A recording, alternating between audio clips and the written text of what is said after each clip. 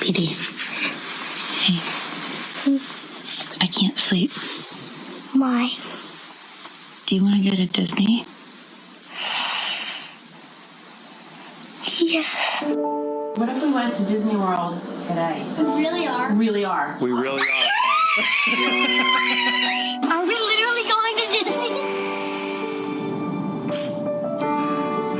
Yeah. The magic's been there from the very beginning. The smells, the sights, the sounds. There's something in the air that is so special and unique. The way it connects one-to-one with our guests. Over and over. Oh my goodness. Across the country and around the world. Stories become more meaningful. Which one would you like to choose?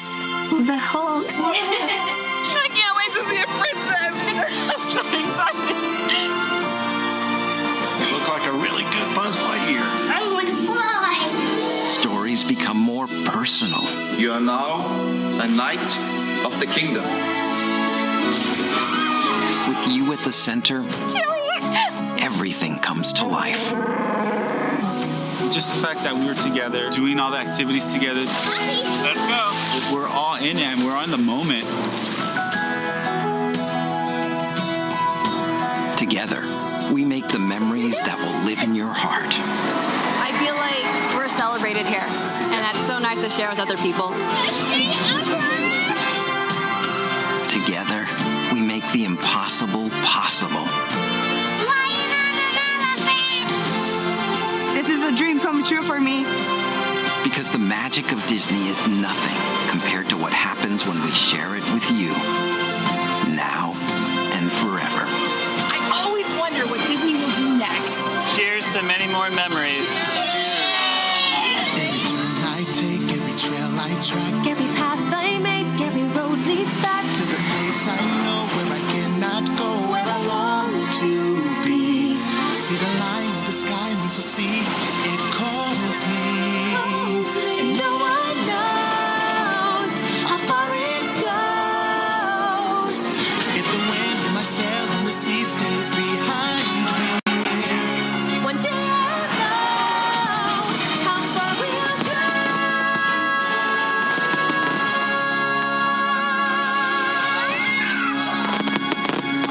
Goodbye, citizen.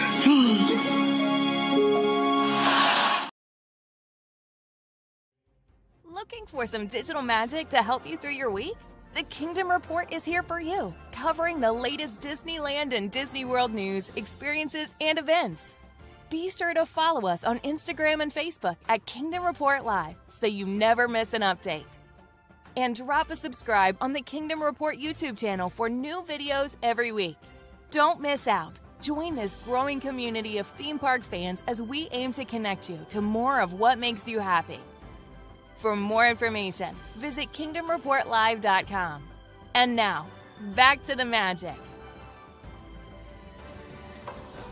And if magic to you is winning your very own Kingdom Report mug, well, you are in luck. All you have to do to win your Kingdom Report mug, leave the phrase that pays underneath this video following the live show. The phrase that pays this week, Festival of Fantasy. Festival of Fantasy is the phrase that pays this week. You have between now and Monday morning at 8 a.m. Pacific time in which to enter. If you are the winner, we will reach out to you and get that mug shipped your direction, all by entering Festival of Fantasy in the comment section down below, right after the live show, and we will randomly select a winner. Good luck. And on today's broadcast, we are going to be sharing with you all sorts of stories. Of course, the Disneyland Adventureland Treehouse finally coming back to us in just a few days. We have a sneak peek. Gingerbread houses have sprung to life from coast to coast at both Walt Disney World and Disneyland. We'll take a look at that. Unfortunately, an evacuation has happened once again when it comes to the Walt Disney World monorail. Are Disney parks in a bit of disrepair? That is the larger topic we will talk about today. Plus, Disneyland pulling the plug on Tale of the Lion King. Unfortunately, it is a reality. A new Halloween-themed race coming to the Disneyland Resort next year. We'll talk about that. Candlelight processional details at Disneyland too, and unfortunately, Disneyland is removing the current voices of the theme parks, all due to a casting change. On top of that, Disney is going to buy remaining 33% stake in Hulu from Comcast for at least $8.6 billion. All that and so much more in this edition of Disney News Talk Live.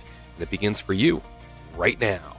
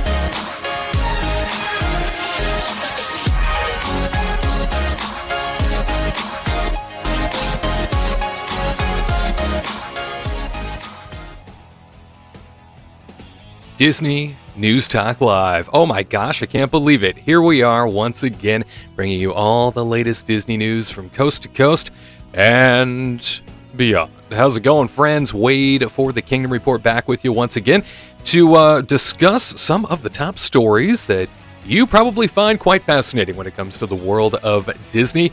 As discussed there at the top, so many stories in which to get to, so many things in which to share. As we kick things off, though, as always, this show is about your comments, your thoughts. Therefore, we want to hear your feedback. Let's start things off with a question for all of you. Which Disney park do you enjoy most at night? Is there a Disney park that is just even more magical in the evening hours? When it is dark out, where do you prefer to be? Which Disney park stands out to you? Let us know in the comments. It is all about your feedback, as mentioned. It is all about your Disney parks perspective. I am so pleased to be joined here today by two of my really good friends. First up, the Golden Goose Kingdom Report reporter goes by the name of Garrett Hassel. Hey, buddy. Hey, Wade. It is such a pleasure to be on with you. I've missed all our wonderful viewers, and, you know, it's Saturday. We're now in November, so that means it's Christmas and holiday season.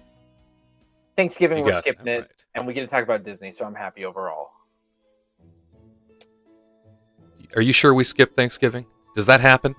I skip right over it, and I go straight for the gingerbread cookies. I don't even touch the turkey. You're one of those people. Yeah. I've never been a big fan of Thanksgiving. I don't know if it's because I'm the youngest in the family, but yeah, Thanksgiving for me is like, whatever. I'll just head straight for the holidays. There's a reason why there's no Thanksgiving party at the Disney park, and it's a Christmas party or a holiday party. Yeah, the only reference to Thanksgiving were the pardoned turkeys that lived at Big Thunder Ranch, which no longer exists. Now it's Galaxy's Edge. So hopefully those turkeys are safe.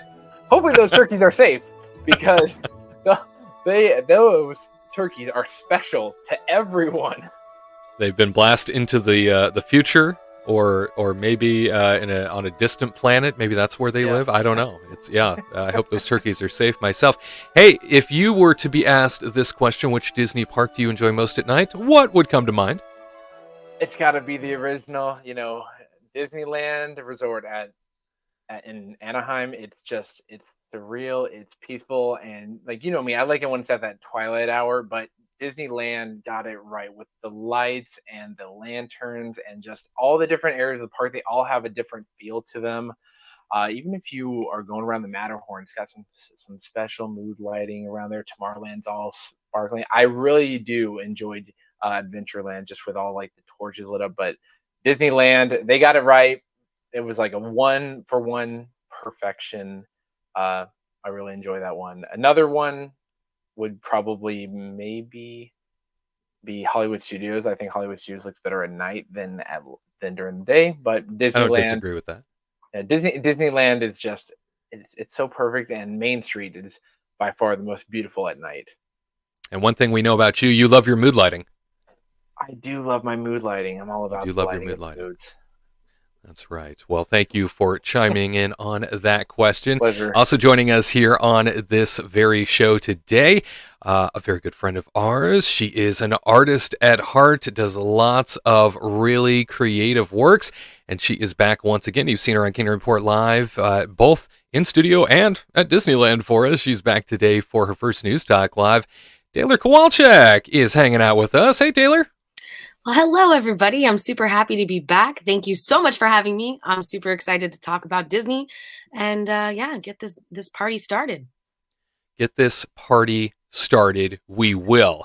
Tell people where they can find your art and a little bit more about you. Yeah, so if you don't know, I have a company called Higatus Figatus where you can find me on Instagram. That's my lovely handle right there. And yeah, I do a lot of custom art for, Disney related things. I do other things as well. Like I'm starting to get more into the spooky stuff. So I've done a lot of Beetlejuice and Edward Scissorhands stuff recently. So yeah, just trying to broaden my horizons when it comes to art. But now obviously it's the holiday season. So I've obviously have a love for the Grinch. So the Grinch is, more art's coming out there. And yeah, I'm actually, it's funny. I'm actually starting a ornament set for the Mickey Mouse Christmas Carol because you don't see that at all. Ooh. So I'm like, slowly it's Sounds coming. cool. Yeah, I'm super excited about it. That's fantastic. Well, good luck. I own some of Taylor's art. I can tell you firsthand, lots of creativity there, made with a ton of heart as well. And Taylor, if you were to be asked which Disney park do you enjoy most at night, what comes to mind? Ooh, I'd have to agree with Garrett. It's Disneyland for sure. Like it's so true. Every single land has its own feel and mood. And it's true. The mood lighting is insane. And as soon as it hits dusk at Disneyland, I'm usually there for the rest of the day. So dusk is my favorite time. And then once all the lights start changing and, it just becomes magical in every single land. So Disneyland for sure hits it for me. The place to be. Terry Thompson in chat chiming in saying, at night, Disney California Adventure Park, but then a semi-retraction just after that saying, if during holiday time, though, Disneyland in the Fantasyland area, especially the castle and It's a Small World. Yeah, that whole Small World Mall area at Christmas time, that's epic. I think that's Katrina Manzone's favorite area during the holidays, too. Mm-hmm. I like the wishing well off to the side of the castle at night. Oh yeah, all the lighting, the little show it does there, and a lot of people don't even know it's there, and that's what makes it so special for me. I agree with you. It is tucked out of the way. You're right. I think that's why. Yeah, it's absolutely special. We recently had a conversation about this on the studio show about the wishing well to the right of Cinderella Castle in Florida, and how nobody knows it's there. Yeah. Nobody uses it. Nobody knows it's there. It's really not as majestic as the one at Disneyland. That's for sure. Unfortunately. Mm-hmm. And Lori Jean chiming in saying Disneyland at night is the very best. Mm-hmm. Lori Jean, you seem to be right on track with the common theme around here. That is Disneyland at night. Ronnie saying if you're looking to lose the kids, Animal Kingdom. It gets crazy dark. Yeah. especially on the safari. You just go on the safari at night and you'll never chuck them off again. That's right. Yeah. Have fun being raised by rhinos. Congratulations. Yes. Yeah, Animal Kingdom at night. There are times where I'm walking around in the evening and even I get lost. Even I'm like, wait, what? You lose sense of direction there at night, especially because everything is just so pitch black. I mean, the illumination, it's meant to look like, right? Like you're in the jungle. They nail it. They know what they're doing. That's for sure.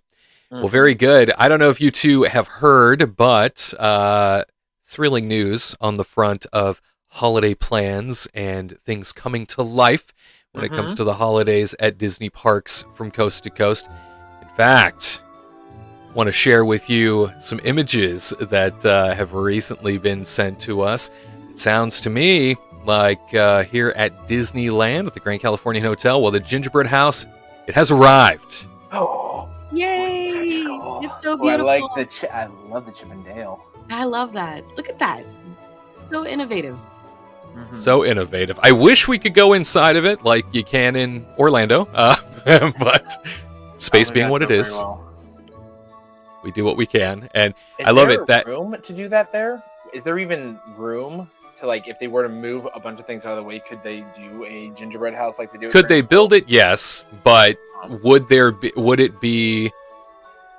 They're so landlocked. This hotel, especially, this lobby is so landlocked. This lobby is so popular, especially during Christmas, because Santa often will sit there in the lobby next to the grand tree and everything. They need all the space that they have. So, could they build it? Yes, but it's not practical logistically for them. So that's why it's kept to really what has become the seasonal display space. I know, Taylor, if you ever walk through the Grand, it seems like any time of year now, this is the spot at the edge of the lobby where they tend to do things now, I've noticed. Oh yeah, and like then they have all the cookies and stuff, and you can get the the drinks that are like seasonal alcoholic beverages and non-alcoholic. But I feel like people just literally come to this area and they're just admiring the beautiful work of the gingerbread house plus the tree and all the feels inside of this lobby. But I think the fun thing too is that, you count how many hidden Mickeys and you try to find all of them on this gingerbread house. Cause I don't know how many there are this year, but I already could see a few.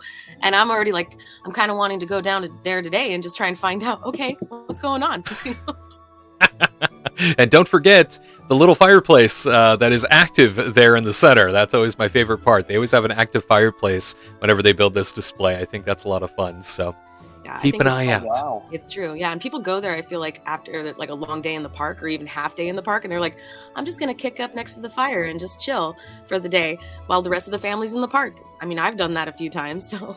Oh, yeah. No, as have I. It's nice to drop in and relax. Of all the resorts, including Disney World, I would say that is probably the most welcoming and warmest one, because Grand Floridian, it can be kind of stuffy. Even Beach Club and Yacht Club, those are pretty busy. Like it's the wood and just the environment that that Grand Californian just is so welcoming and inviting. There's none other that can match, and the fireplace there is simply immaculate. And don't sleep on the fact that there is right outside, basically on the opposite side of the indoor fireplace, there is a beautiful outdoor fireplace space that is far less congested. It's really nice. If it's not especially cold, it's a great retreat away from the crowds especially. So I always like to make mention of that. And if we were to go out east to Walt Disney World, we would see a gingerbread house coming to life as well. In fact, look at this baby in the Grand Floridian lobby. The one you can live in. There it is. Mm-hmm. And eat your way out of. except for the wood. Don't eat the wood. Can't eat that. But most of the exterior, delicious. This is one of my favorite displays. When I think about the holidays in Disney, this instantly always pops into my mind is this gigantic gingerbread house. And it's one of those things that Disney really seems to hang their hat on when it comes to Food Network specials and holiday marquee attractions and stuff like that. They always advertise the Grand Floridian gingerbread house. Yeah. This is insane. I can actually, just by looking at it, I can smell it, because the first time you see it and you just, it just hits you in your nose holes, and you're just enveloped in the sweet smell of gingerbread. And people think, oh, that's cool, it's just a little decoration. It's like, no. You can buy stuff in there. You can buy the shingles. And I think that amazes people even more. It's an attraction in and of itself. Absolutely. Taylor, have you ever been able to visit this in person? I have not, and I'm kind of let me go online and try and find some airfare to get there, because if I can buy a shingle off of that, I would love that. That is pretty amazing. It's one of my favorite places to be, and much like the Grand Lobby, I mean, this lobby tends to have even more floors that look right on in to this space, that you can go and be away from sort of the heavy crowds of the ground floor. And yeah, during the holiday season, Christmas time, this is the place to be. In fact, I will usually swing on through here and spend a few hours at a time, just taking it in, enjoying it. I make some calls to loved ones. It's a really great site to be able to do all of that. So lots of fun. Yeah, absolutely. Incredible. And I've purchased a shingle or two myself, and they are always delightful. So highly recommend. If you ever have an opportunity, get yourself a gingerbread shingle, please. Get yourself one of those. I think they're worth it. Well, very good. The holiday season now in full swing. Yes, Disney, just like you, Garrett, flying right by Thanksgiving. It doesn't even exist to them. And as we move along into the holiday season, we also are getting something opened up at Disneyland specifically, just in time for the big crowds, which thank goodness, because I don't know, it was getting to a point where I didn't think this thing was ever going to open. I didn't think that we were ever going to see it because it's been years since they closed it down. And that is, of course, the Adventureland Treehouse is coming back to us after they removed the pillar post, I guess, entry that used to be right in front of the ramp that goes up and around Pirates of the Caribbean. And so, yeah, basically one half of the tree is gone, but they pushed, it looks like, everything back. We'll take a sneak peek here. They pushed everything back, it looks like, sort of further into, I don't know, like back behind Pirates and back behind Indy, which is great because it pulls everybody up off the path, but this is looking good. They Imagineered the heck out of this because I remember that the one post that just it created, 2 lanes of traffic if you're heading for Fantasmic at night, like that everything was around the tree. And so it's nice to not have to deal with that anymore. And I've also heard that there's an ostrich on the loose somewhere around here. Yes. I can't wait to see this ostrich. This Treehouse has more audio animatronics than Cosmic Rewind at Epcot. Fun fact. That's incredible. There's a lot to it. There's the ostrich. Jane. There it is. Oh, that is so cool. I love Jane. it. That is ingenious. This is going to be great to gobble up at least a little bit of the holiday crowds. Especially Adventureland is so congested on a normal day, on an average day, not even a busy day. To finally have something back open in this corner is so dang helpful. Every little bit helps. Taylor, what are you thinking as we get this sneak peek of the new Treehouse? I'm definitely have some chills because I love the original Swiss Family Robinson Treehouse, and I can see that they've kind of incorporated a lot of the aspects into it. So I'm kind of like, thank you so much for bringing some of it back. This looks pretty amazing, and it just makes me want to go. Like just seeing all the sights, and I'm like looking at that lovely organ, and I'm like, well, I wonder how it sounds. Like I bet it's pretty amazing. Yeah, the stairs, I'm ready for those stairs. I'm ready to walk up all of them because that's going to be a feat in its own for sure.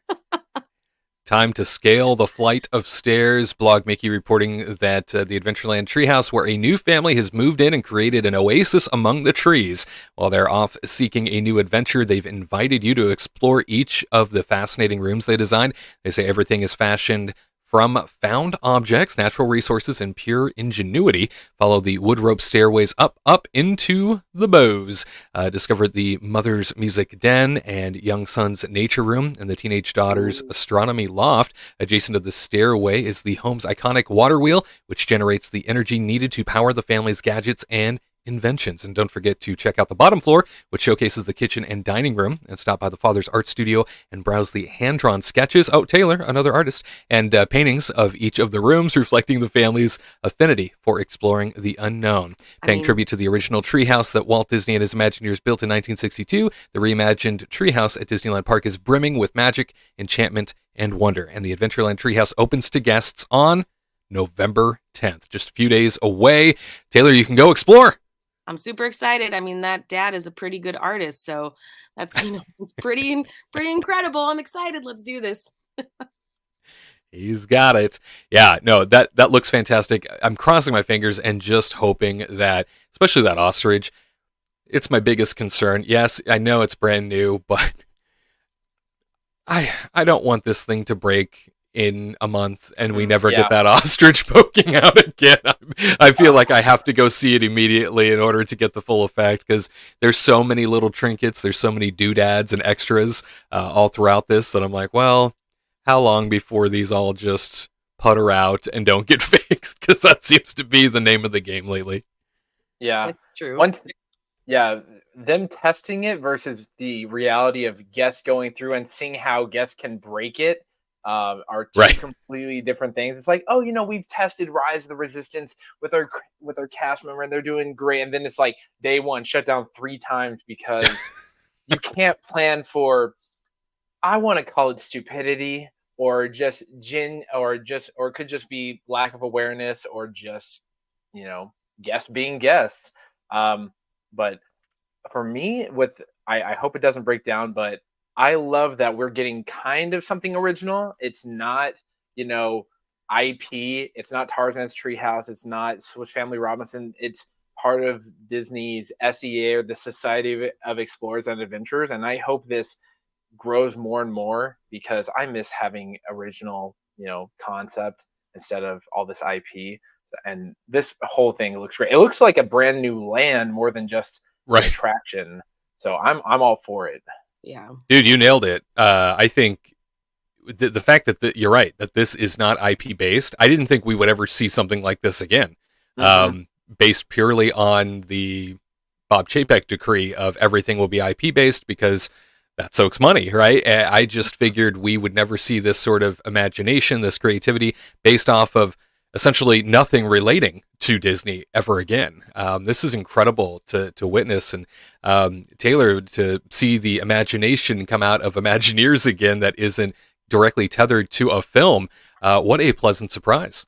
It honestly is a pleasant surprise, because, I'm sure all the Imagineers are going, thank you so much for allowing us to use our creativity, because you can definitely see the just attention to detail with everything. And it really is quite beautiful. And I think that all the Imagineers are just, doing a huge, clap, because this is a really impressive thing that they've put together. And I'm excited to see if this is the start of the, originality coming back into the park. I'm excited to see what else they can continue to come up with.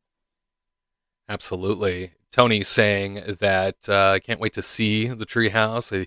I directly stand with you on this one, Tony. Absolutely. Richard bringing up a great point. Any Magic Band interactivity with the treehouse? Oh my gosh, what a wasted opportunity That would if have been great. that doesn't exist. Huge wasted opportunity if that doesn't exist. I think it's fascinating that Disney isn't mentioning that up front. You would think that if that was woven in, they would just be singing it from the rooftops, because, hey, I mean, of all things, this treehouse would be the thing to bring your Magic Band to, I would think. Absolutely, yeah. There's so many things that the Magic Band could react with, and just the music room alone, I feel like you could have some fun with that. How popular are Magic Bands now at Disneyland? Because I know it was resisted for the longest time.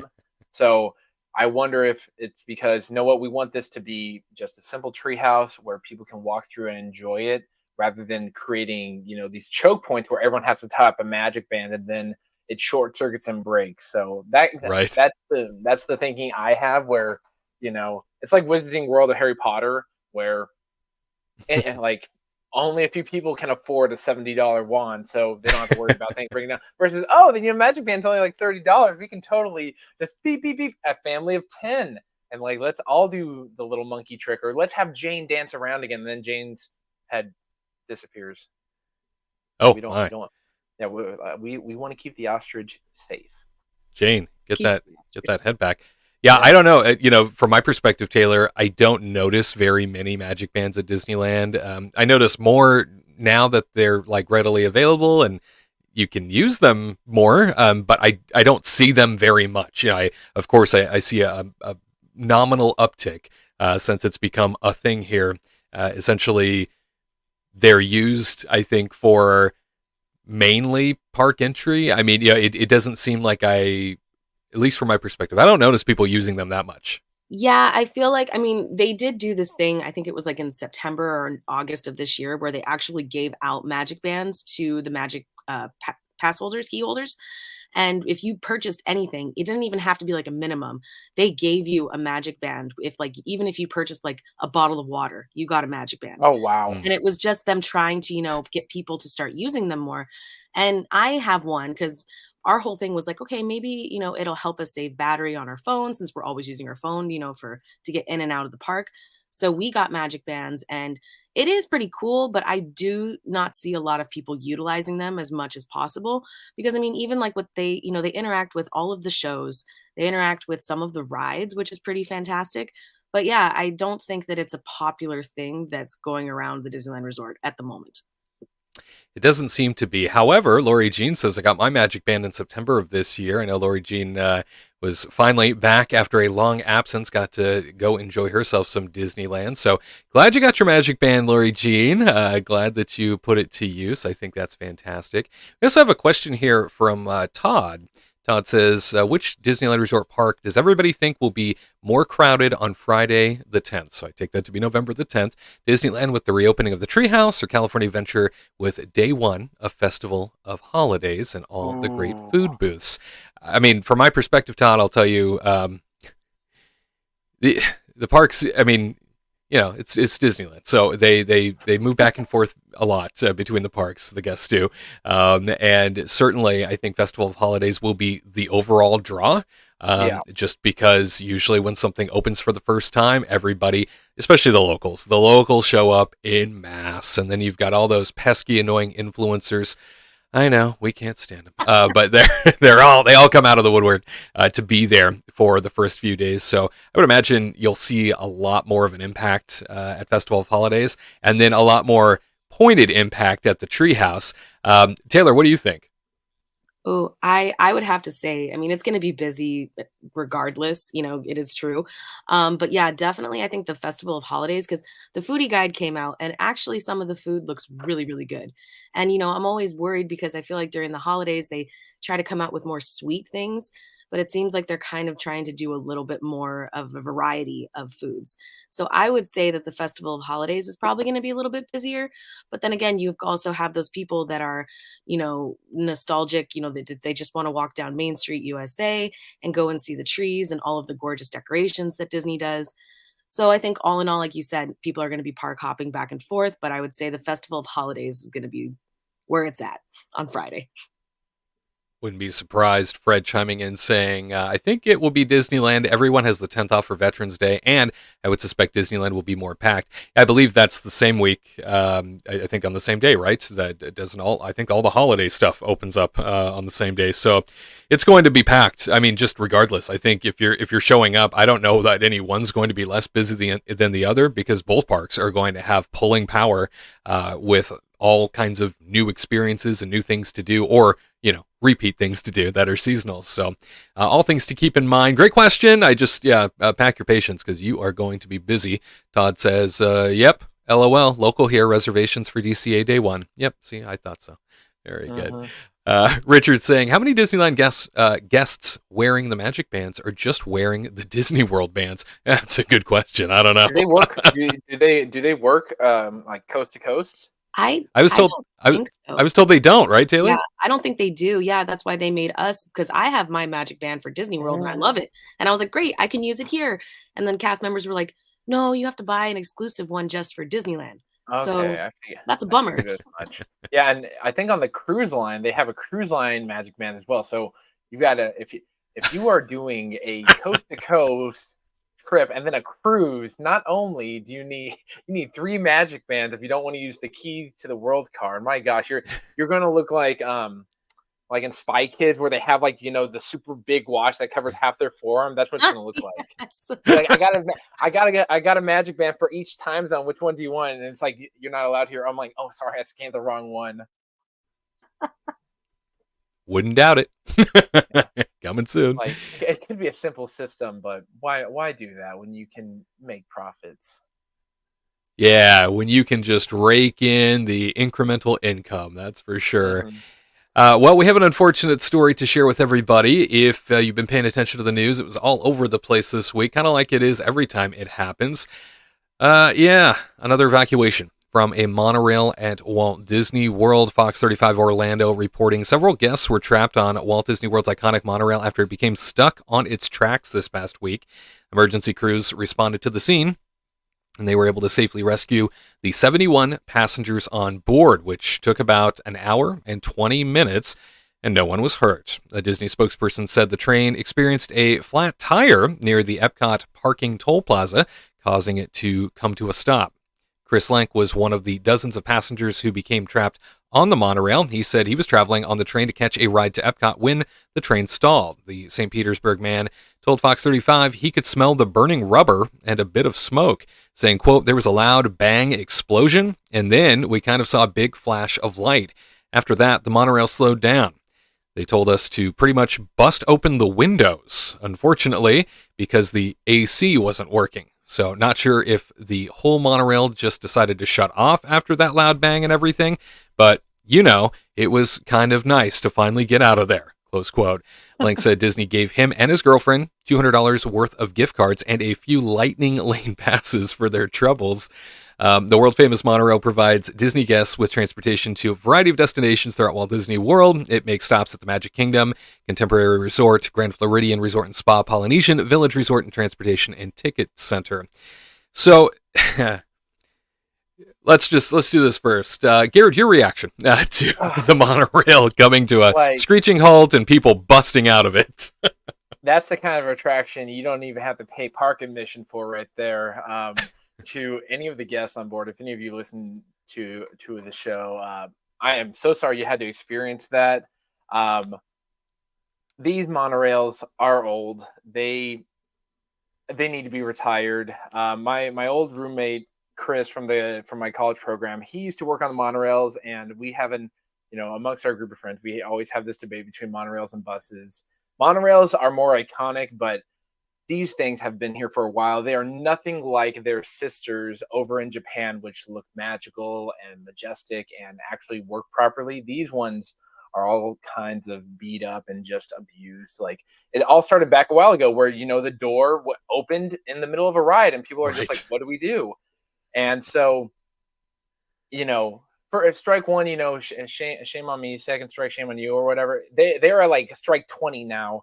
And I think it's time you start to retire this fleet and bring on a brand new fleet. I don't know if you need to hire a company to make these or what, but it's time for the current fleet to be retired. You don't need to do it all at once. You could do it in increments, like, one car at a time. So that way you don't lose the ability to transport guests to and from, the different areas of the resort. But this, if something did happen, and people did get hurt, Disney would be like in shambles, and their legal team's great. It's not great enough to get rid of these headlines. So I'm glad that Disney responded and Reedy Creek Fire was there to help out. But I think it's time for this fleet of monorails to be laid to rest, like the Main Street Electrical Parade, and bring on something new, something something safer, and just as iconic, but just not these vehicles. You can drive a vintage car forever, but there's a reason why we switched to new cars later on. It's because they just run a little bit better, they're a little bit safer, and I know these things are taken care of, but yeah, they don't stop. 365 days a year, they don't stop. So we need something new for the monorails. And I hop off my soapbox. Kind of scary though, Taylor, to think that you're just cruising on the monorail to a theme park, bang, explosion, air conditioner stops in Central Florida, kick out the windows, they say. Oh my gosh, how frightening if you're a kid. Yeah, no kidding. I'm glad that everyone was okay. It did seem like they responded pretty fast, which is fantastic. But yeah, definitely a scary thing. Like, you just think you're having a lovely casual ride, from one resort to your hotel, or to another, and then boom, yeah, you're on another ride. Look at that, it's like you're on Indiana Jones mixed with Jungle Cruise. It's just insane. But yeah, I agree with Garrett. Like, I think that it is time to retire these awesome vehicles. They are old. I mean, even, come up with some new monorails if you're going to continue using the monorail system. We have some pretty fantastic ones here at Disneyland, and they seem to maintain them, I think, a little bit better than it seems Disney World, but I could be wrong. But I just think that ours look a little bit newer than Disney World's are. And They are. yeah. And so I don't know why we can't, utilize that kind of technology over at Disney World. They have more people that, go through their gates every day. So you would think that they would be spending more money to bring in newer equipment over there. But yeah, it is unfortunate. It is unfortunate. But I think they handled it pretty well, considering 71 people got stuck on there. But yeah, I'm just glad. Well, they're getting used to it now. Yeah, they do it all the time. They're like, hey, we got this. You know what? We've done it before. Let's just, keep going with the game plan we've got. They've done it dozens of times now. And yeah, I mean, I think that's what the embarrassing part of this is that it's now happened dozens of times just in recent memory. I mean, we're not even talking about like, oh yeah, let's look back to even say 2019. I mean, we're talking like the last 2 years, dozens of times. This has at least been reported, that it's been occurring. So frightening to see for sure. Definitely one of those things where I remember this 10 years ago being talked about, how these monorails had problems. They're an aging fleet and that it was a huge capital expense to replace them, but it was the thing to do. I remember hearing the president of Disney World at that time was talking about how they were going to invest in a new fleet, and then it didn't happen for some reason. So I don't know what the reasons were, but it didn't happen. And now that can has been kicked down the road so many times. You have these old monorails, these original monorails, these monorails that have definitely seen better days. And oftentimes, and I hate to say this, but because they are very reliable, by any other circumstance, but they've gotten so gross inside. They've become so disgusting on the interiors. Like no matter how much maintenance they do on these things and how much they try and clean them up, I feel like I haven't been on one in recent memory. I mean, we're talking years now where I've been on a monorail and thought, boy, this feels clean. They almost never do. Yeah, I agree. You walk on and you just see the grime and the grit, and the doors close one at a time instead of together, and the numbers are fading, or the paint's chipping, or the seats are all beat up, or there's stains from all the years of use and abuse. Unfortunately, but I will say that when it comes to the Disneyland version, the newer fleet that was brought into reality here about, I don't even know what it is, 15 years ago at this point, 12 years ago, something like that. The newer fleet that was brought in for Disneyland, it's to be said too that the Disneyland fleet, it's more of an attraction at Disneyland than it is at Disney World. Disney World, this is purely relied on for transportation, really. I mean, the monorail is transportation at Disney World. You need it to get around for the most part. Whereas Disneyland, it takes you from Tomorrowland to that stop in downtown Disney and back. I mean, it's a very short ride. They don't really get up to any sort of high speed, so I'm sure the maintenance on these things, it's much easier to take care of them. However, I will say this, coming out of the pandemic closures at Disneyland, we were reporting on it week after week, and it is still this way. I was just there. I can share with you firsthand. The monorails, I don't know what happened during the pandemic shutdown. I don't know if nobody was tending to these things, but when they reopened and the monorail was first available again at Disneyland, it was disgusting inside. Things were falling apart. Paneling was falling off. That is still happening now. They never fixed it. They don't get back to it. And that doesn't matter which monorail I'm on. They're all the same now. Even though these are it's the newer fleet of the two. So it's very disappointing to see that. And on top of it, that this leads to a conversation oftentimes of are Disney parks in a state of disrepair? Are Disney parks better off than they were pre-pandemic in terms of condition, in terms of the sparkling streets that you used to be able to eat off of, that Disney has come to be known as, these locations where everything is pristine and sparkling and beautiful. Are the conditions of Disney parks now, at least domestically speaking, are they in disrepair? Are they finding a place that is rather unfortunate in scope? we did run a Kingdom Report viewer poll, and here's what everyone had to say. So, the question was, how do you feel the upkeep of Disney parks have been in the last 3 years? 12% said everything looks incredible. So people who had no problem at all and said, absolutely, sparkling, exactly what they said they were going to live up to. 27% said, haven't noticed any issues.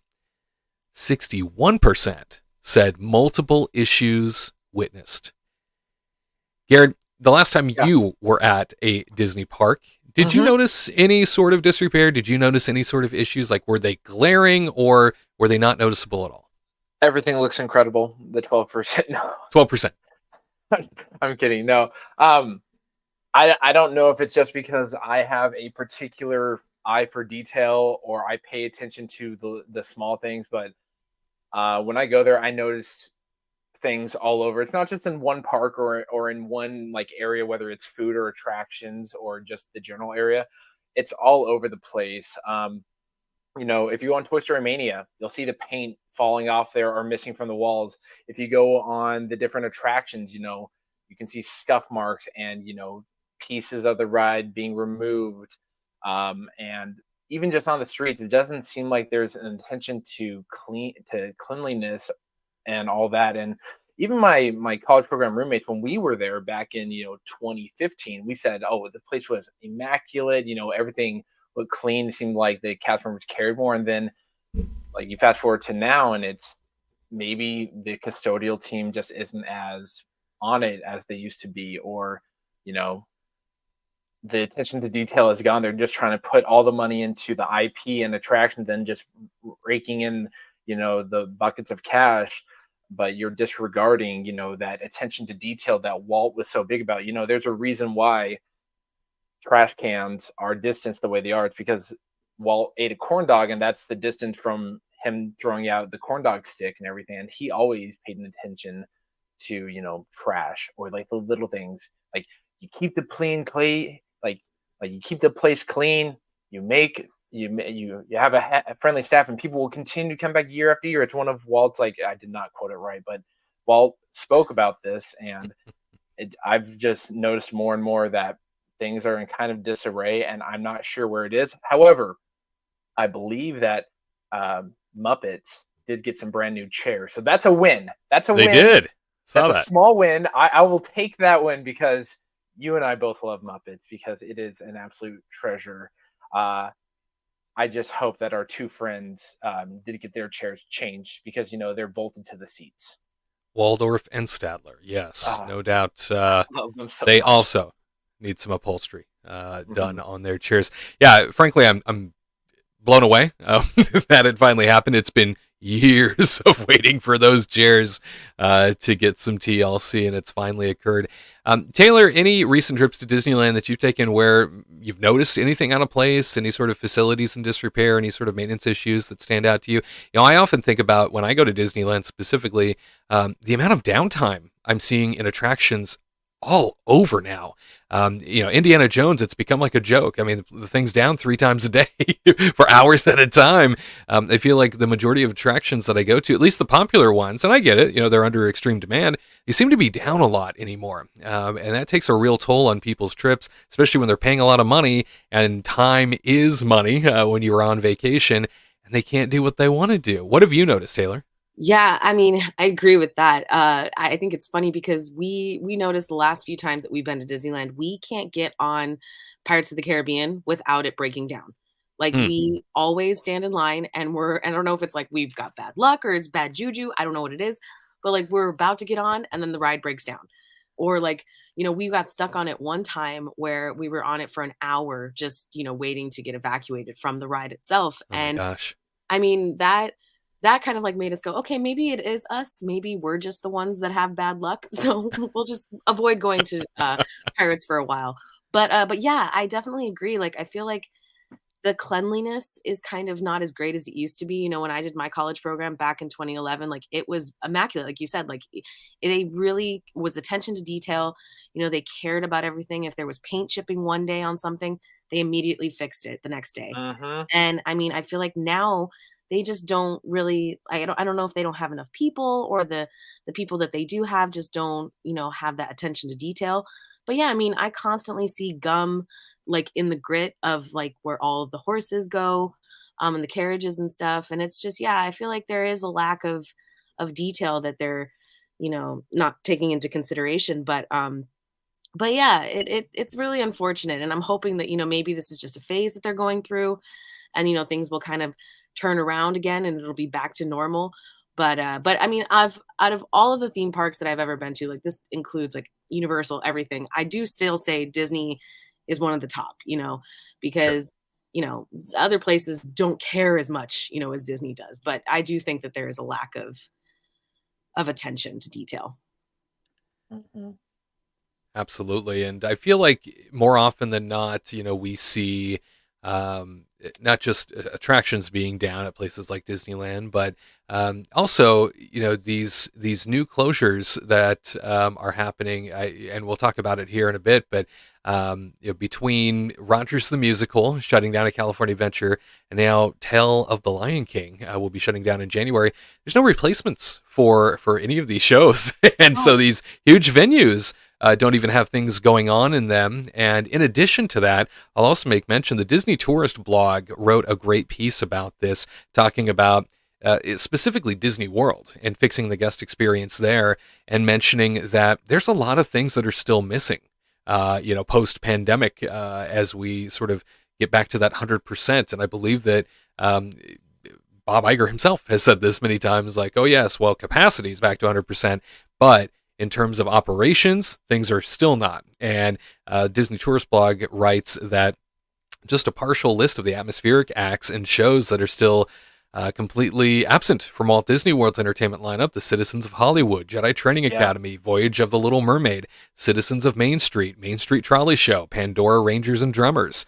In addition to that, Nighttime Spectaculars, Star Wars: A Galactic Spectacular, Once Upon a Time, Rivers of Light, all gone. And then in addition to that, don't even get us started on the dining aspects of things that are still closed. 1900 Park Fair, Be Our Guest Restaurant's breakfast and counter service lunch, brunch at California Grill, Dining with an Imagineer, Grandview Tea Room at the Grand Floridian, Plaza Restaurant Breakfast, Trattoria Al Forno, the Bon Voyage Character Breakfast. I remember when that was a thing right before the pandemic shut it all down.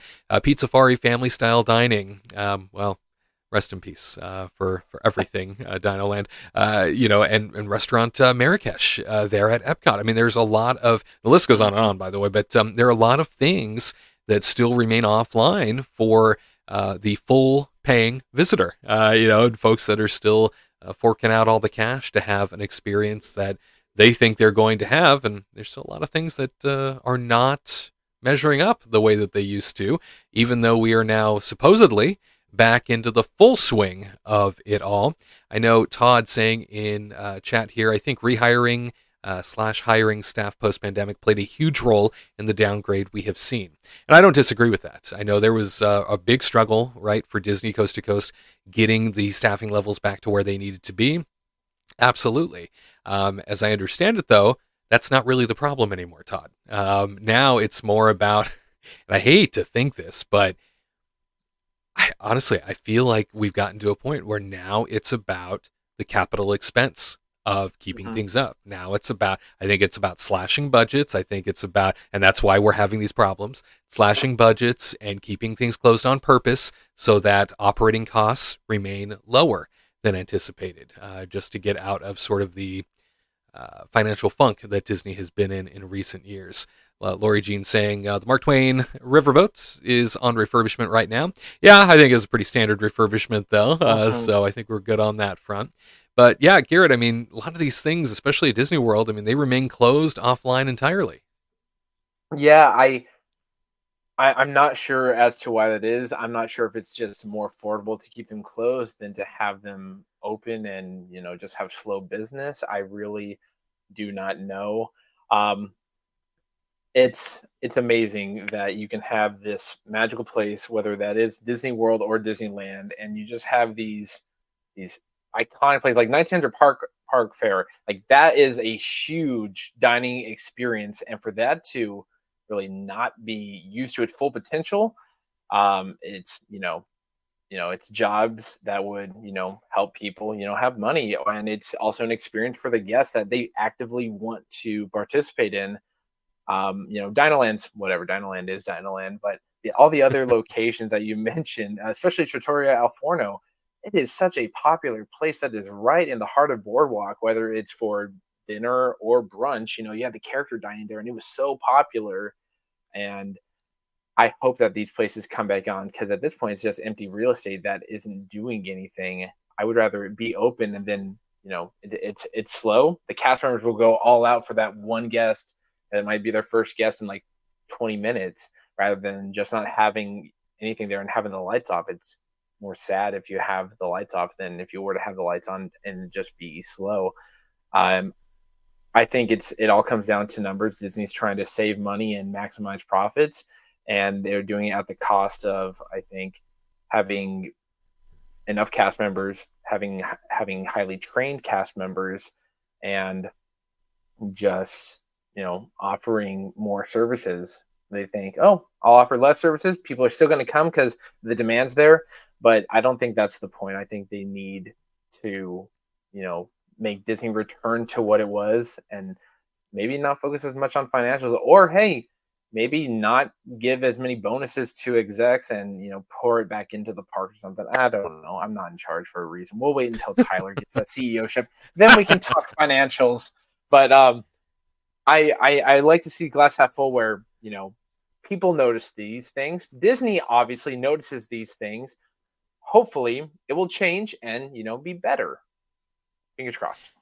Fingers crossed. I feel like anytime we broach these subjects, we get the concerns from folks that say like, oh, how come you're focusing on the negative? And it's like, well, Disney created these standards. These are the standards they put in our mind as like, this is what you're going to get. So when we don't get it, it's glaring, and it should be glaring to anybody that's paying more money than ever for these experiences. What were you going to say, Taylor? Oh yeah, no, I was going to agree. Like, it's 100% fingers crossed. I hope that they do change it, and bring it back to where, it used to be. But yeah, I mean, people, I know that they do say, hey, we talk negatively about stuff, but it's true. Like, you're paying money, for an experience. And when they start taking things away, and they're not replacing them, you wonder, well, where's the money going? Like, what kind of experience am I going to have now? So I think that, they need to start thinking about that, going, okay, well, if we're going to retire this, what else can we bring that will be new and exciting for people to, come and want to spend money on? Absolutely. Well, in addition to all of the subjects that we've been touching on, I want to take a step back, if we can, to the Magic Band discussion. It looks like some folks in chat are setting us straight, which I love, because that means that the sense of community brings us the truth, brings us the light, if you will. Ronnie's saying that I'm heading to Disneyland first week of January, and our Magic Band from, I would imagine this means Disney World works. So I saw that there. And then Richard also saying that our Magic Band Plus works in both. So that's good to know. I just remember this being sort of beat into us here on the West Coast, that you needed the Disneyland specific one in order for it to work. So I have not tried my Disney World version, but Garrett, you should bring your Disney World version out here. I will. See, I was all for having, like 8 Magic Bands on my arm just for if I'm bored, but if I can have one that works, fine. So be it. But I really wanted to just like be like, check out all my swag. I got a Magic Band for each day of the week, but whatever, I'll live. Swag for days. Thank you for the clarification, our lovely viewers. Yes, that's so helpful. I appreciate not only getting set straight on that one, because now we'll know, but also to know that folks have done it themselves already. And Voice Guy saying Dapper Day coming Sunday the 12th, which is great. Dapper Day, always an immensely popular day at the Disney parks, and that's coast to coast too. Anytime they have it out in Florida, I know it's always overwhelmed, but Disneyland seems to get the great bulk of the Dapper Day attention. That's for sure. It's a special time to be there.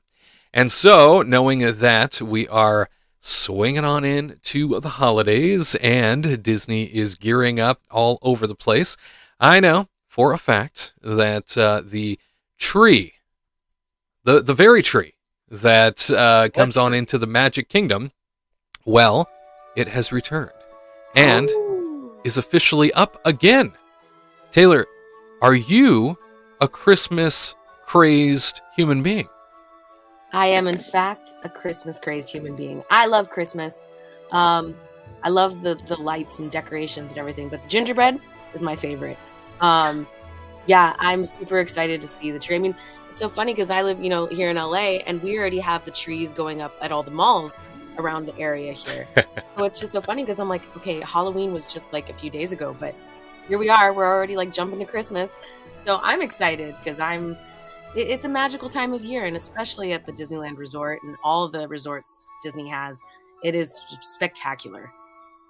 I feel like it goes by in an instant too, where you are just, I don't know, it's so much preparation, it's so much work for what feels like just a few weeks, right? Just a few weeks of enjoyment out of it, which is why I always kick things into gear as soon as I can. This year, new record for me, by the way. 3 days before Halloween, I had everything set up. No, wow. Look at you. Yeah, I've never done that. Never done that Most before. impressive, sir. Yeah, I feel, when I say Christmas crazed, I feel like I'm that person. But Garrett, you'll remember this for. I was the moment you said tree, it went into my head, and I remember us having several conversations about this on air. So, Taylor, this will be your first time experiencing the grand tree lighting that I saw firsthand in Town Square at Magic Kingdom. Let's enjoy this together. Everyone please say Happy Holidays. Ready? 1, 2, 3. Happy Holidays.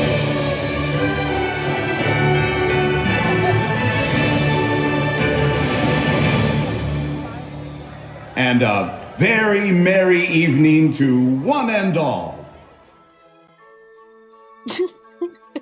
Taylor, your reaction. I was like waiting. I'm like, I see the top of the tree sparkling, and I was like, that's it? That's it? No, what happened? Oh, I dug that one out. Yeah, Garrett and I, in many a News Talk Lives, have cherished that clip.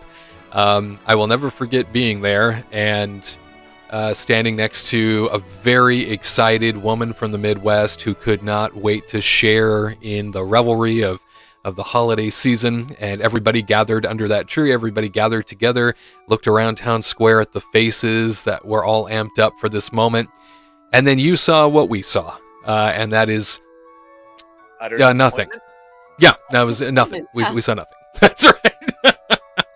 I've got nothing against a tree lighting. I love tree lightings. I almost got to be a part of the lighting of the Osborne family Spectacle of Dancing Lights. Right. May it rest in peace. I almost got to be a part of that when I was a performer. But if you're going to do a tree lighting, maybe make sure the sun's not as high as in the sky, or make sure you pay the electric bill. Disney, you own your own power station. I do. Maybe use LED bulbs. I'm not really sure. I also think it was kind of cheesy doing like, let's all say Happy Holidays together on 1, 2, 3, and then no one says Happy Holidays, and then it's like, and have a happy evening to you, and it's like, wow, that's just like awkward. I think it's the oversell of enthusiasm on behalf of Disney in the moment for all of us. It's the oversell of enthusiasm of that voice, and then it's the undersell of the event we're there for. That really just puts it over the top for me. That's one of my favorites. Yeah, that was magical. Very magical. Yes, now you get to take part in it too, Taylor.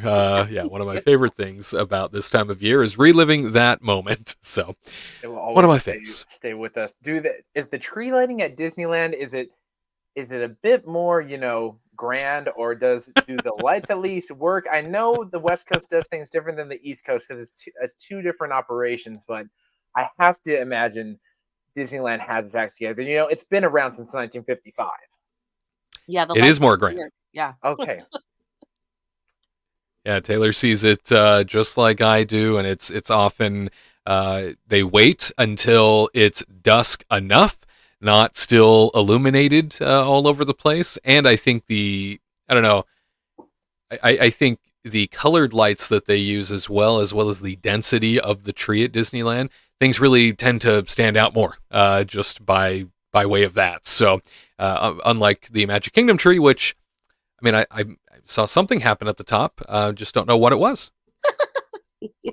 Yeah. You're saying they don't do the tree lighting at Disneyland at 3:00 in the afternoon? No, they sure don't. How do you get Lori that Jean's gas in there?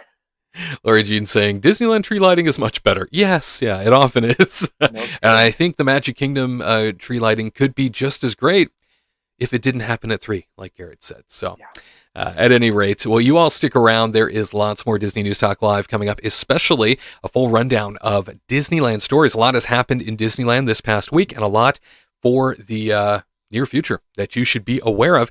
You stick around, as I said. We have more News Talk Live for you straight ahead. Yay. You know, Walt Disney, he is seen as sort of this mythical creature nowadays, this magical man that could do no wrong. And yet, he spent most of his life steeped in failure. From heartache to betrayal to death and even a breakdown of his own. It's often said that artists are tortured souls. And I think it's safe to say that Walt Disney was a tortured soul by his own standards most of his life. Walt Disney had to do some of the hardest things any person can do, and that is convince others of unimaginable dreams he had solely in his head. And oftentimes he had to stand alone in his own visions to make them happen. He was surrounded by family. He was surrounded by fawning fans in the public wherever he went. And yet, so often, he had to stand alone in his decisions and his choices. Only he understood what it was he was trying to do. He's more like you and me than I think a lot of us assume.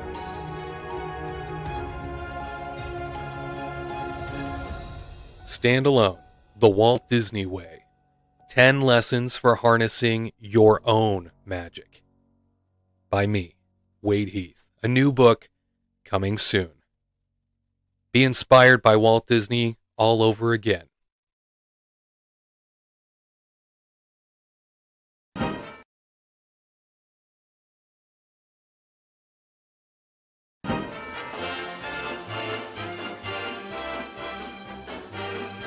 Disneyland News Time. Taking a look at some of the biggest stories on the West Coast. Theme Park Insider reporting Disneyland is closing another one of its big theater shows. Just weeks after Rogers the Musical closed at California Adventure's Hyperion Theater, Disneyland confirmed this week that Tale of the Lion King will close at the Fantasyland Theater in January. Tale of the Lion King first opened in California Adventure's Paradise Park in the summer of 2019. The reimagining of Disney's landmark 1994 animated hit as Story Theater played for just one season before returning in 2023 as a revival at the Fantasyland Theater. The latest production retained the Story Theater style of the previous show, adding a media wall and plus theatrical design for its new home in a large sit-down theater.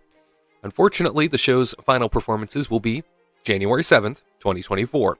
And there is no word from Disneyland yet on potential replacements in either theater.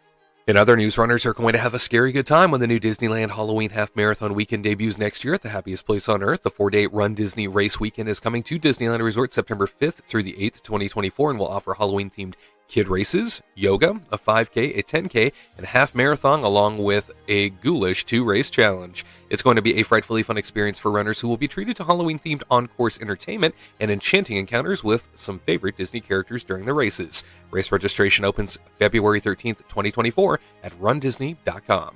Allears.net reporting holiday news as the Candlelight Processional returns to Disneyland this year, December 2nd and 3rd at 5:30 p.m. and 7:45 p.m. each night. The event takes place on the steps of Disneyland's Main Street train station, meaning regular guests in the park can see the show without any special ticket, but you will need to get there hours before. At this event, you can see dozens of choir members sing the Christmas story to life, while a celebrity narrator, whose identity is kept secret until the first show, tells the story in between songs. The tradition began in 1958 as a way for Walt Disney to thank the people of Orange County for allowing him to build the theme park and so many Orange County locals attend this event every year. Be sure to grab those Park Pass reservations and tickets right now, as they will sell out. The Orange County Register reporting the familiar voices that have welcomed visitors to Disneyland and California Adventure for decades will soon be changing as the husband and wife team behind the daily park announcements are departing after their contracts were not extended. Disneyland Park announcer Bill Rogers and California Adventure Park announcer Camille Dixon will no longer be recording new park announcements for the Disneyland Resort, according to Disneyland officials. Rogers has been the voice of Disneyland for the last 32 years, while Dixon has been the voice of California Adventure for 11 years. Disneyland has made the decision to move forward with new voices for park announcements at Disneyland and California Adventure as contract renewals approach for voice talent. Disneyland says they are thankful and grateful to Rogers and Dixon for sharing their voice talents with guests throughout the years. And Rogers became the official voice of Disneyland in 1991 after the retirement of Jack Wagner, the original voice of Disneyland.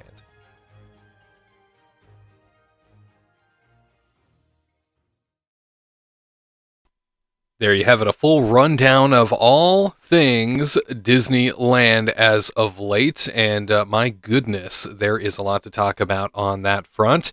First and foremost, I think one of the stories that stands out to me is we are losing the voices of the theme parks. Yeah, I was going to say the bigger story is you wrote a book, but yeah, the voice of Disneyland, that's pretty shocking too, but I was more surprised by the book because I thought we were friends, Wade. You know, we text each other. You know, we mail each other stuff every year, and first I hear about a book, and I'm like, man, this is an interesting commercial. I haven't seen this one. Like usually, you tell the team about it or share it privately. Nope, out of the blue. This is out of left field, but I'm all for it. I like it because at first I was like, is this just like a motivational commercial? And then I was like, Wade is the sneaky snake, not the golden goose. He's the sneaky snake, but Sneak snake. Yeah, that's me. So that's my commentary. Taylor, I'm sure you have some feelings as well. Yeah, no, I was pretty shocked, but I am super excited. I did not have any clue that you were writing a book, but I'm so proud of you. Congratulations. I can't wait to read it. But I really thought it was like a motivational like commercial too. I was like, "God, this is great. I'm getting drawn in. And then I see your name at the bottom and I was like, wait, what? Who? Huh? Yeah. Oh my God. But I'm so proud of you. Amazing. Oh, I can't wait to read it. Thank you both. That's very sweet. Yeah, surprise. It's been about 2 years in the making, been sitting on it for about a year, and now it's ready to go. So hopefully here in the very early new year, it'll become available for the first time, and definitely wanted to put that out there and start letting people know that it is coming.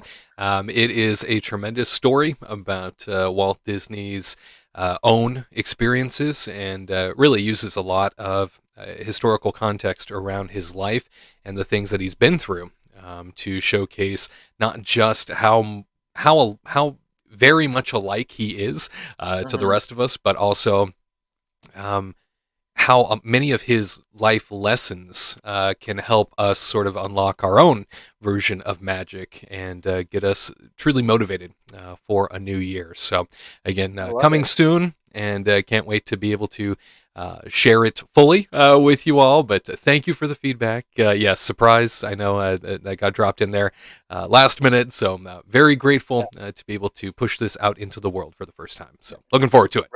Yeah, relating to our story, you could use the voices of Disneyland if you go the audiobook route. They're available. Yeah, they are available. But for me, like when you shared this news, I was like, this is a joke, right? Because it's so iconic. And I remember you telling me the story of how your voicemail used to be by Bill. Like he used to be your voicemail. And just like the story of these two, it is amazing. And I just, there are certain voices that are so iconic in the Disney world. And these two are probably at the top, if not the top, besides, Dame Judi Dench. Right. Yes. Right. Just as iconic. I can't believe that this many years, this many decades into Bill Rogers' career as the voice of Disneyland that he is being let go.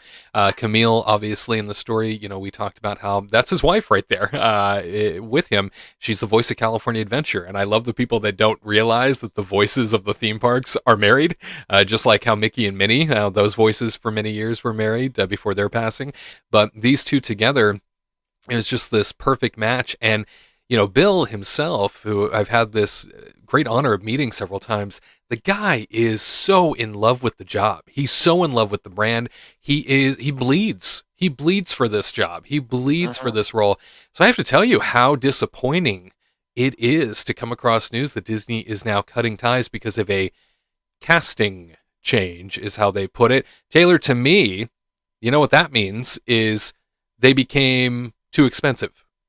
Yeah, I kind of agree with that. I'm really sad because, you know, he was the voice. He is the voice of Disneyland. And, you know, every time that you went into the park, you heard his voice and it's nostalgic. And the fact that they're just taking that away, I think is just really sad.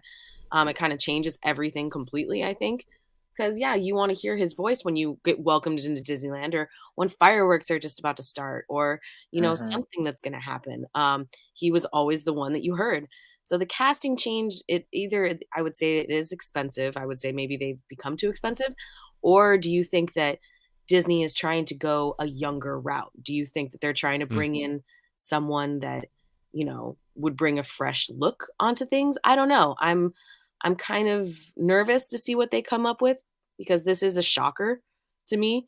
Yeah, because you really, like you said, like he was everything Disney and you could hear the passion in his voice when he was doing all the voiceovers for everything. So it kind of comes as a shock, I would say. Very troubling to see, Garrett. I know that especially him, I keep going back to Bill because obviously he's been doing this the longest out of, you know, he and Camille. But he's somebody that when he gets to show up to live events, like when he does Candlelight every year. Okay. He comes and he does live narration. Yeah, with Candlelight. It was the first time I met him, as a matter of fact. It was during a Candlelight rehearsal, and I heard his voice over the loudspeaker, which, of course, everybody's become accustomed to, right? That's the voice you hear. And what I didn't realize was that he was there doing it into a microphone in front of me until I saw this man moving his mouth, and it matched everything I was hearing. And I went, is that him? Is that the guy? And I totally, like, rushed him when he got off stage. I was like, are you the voice of Disneyland? Oh, my God. Like, I had a full fanboy moment. Yeah. But he bleeds for this place, and when he gets to come to live events, when he gets to be a part of the park in person for various events throughout the year, he's overjoyed. He's the only person that I know of that comes with his own name tag. Like he asked specifically for a name tag to be made for him so he could wear it when he's in the parks because he's so proud of what he represents. 30 plus years in, this guy, and now he's being let go.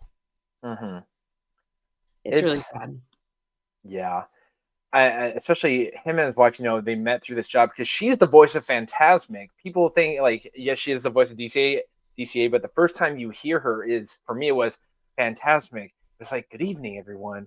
Soon the rivers of America will come alive. And you're just like, right. Like, I'm getting chills right now just thinking about it. And I'm just trying to think, like, which direction are they going to go in terms of, like, the voice narration? Because they've got a lot of property with their names associated with it.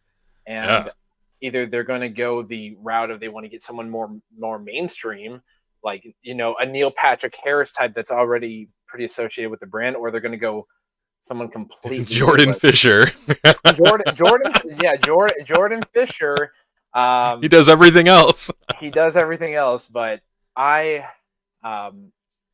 just curious to see what happens next. It's a shame. I would have loved to have had them, you know, keep doing it forever and ever and ever. But, you know, that's the life of showbiz. And, you know, all three of us have worked for Disney, so we understand how sometimes things happen outside of our control and whatnot. But do they have any do any of their voices make it over to Walt Disney World, or are they strictly Disneyland? Bill's has. I've heard it. In fact, even in recent trips, his voice pops up in various parks for different things. Like, it's so funny to me what they what they decide to use him for in Florida. He's not the voice of like any park specific, but he's the voice of like certain key announcements for things. Like I'm trying to remember exactly what it was that I came across the last time, but I feel like I was at Hollywood Studios, and I feel like I think he makes like the pre-show announcement in Fantasmic there. He does like yeah, I think he tells everybody in the crowd to settle down, that it's coming, you know, and he does the countdown and everything for them. And then he's not the voice of Fantasmic. He just does the pre-show stuff. So I think it's really funny the way in which they decide to use him out east. But gosh, this one stings to be losing such a warm, like when I often said jokingly, it was like, you know, when I die and I get to the gates of heaven, I would imagine that the voice of Disneyland will be the voice I hear when I walk in. So it's sad to see him go. And Camille, obviously, It makes it sound like they're dying. Like, well, it's how it feels. I mean, we're losing a really big piece of Disney now, especially how, you know, intimate the parks feel, and now losing Camille in the process from California Adventure. I mean, she too has become the voice of absolutely everything California Adventure side. And it's going to be really strange. I don't know if we're going to go with one voice for everything, or you know, as Taylor said, something maybe, or what are we doing? Something younger now? Like what is this? The only thing that I can think of, as I had mentioned, is when it comes to them saying casting changes, that is code for me that this means these two are too expensive now and they need to get cheaper. And I think back to, maybe it was like 2015 or just before the 60th anniversary, something close to that time frame. You know, and Taylor, you might remember this as well, but you might recall the Disneyland Band for the longest time was the same group of individuals for decades. And then all of a sudden, gone, replaced by very young people.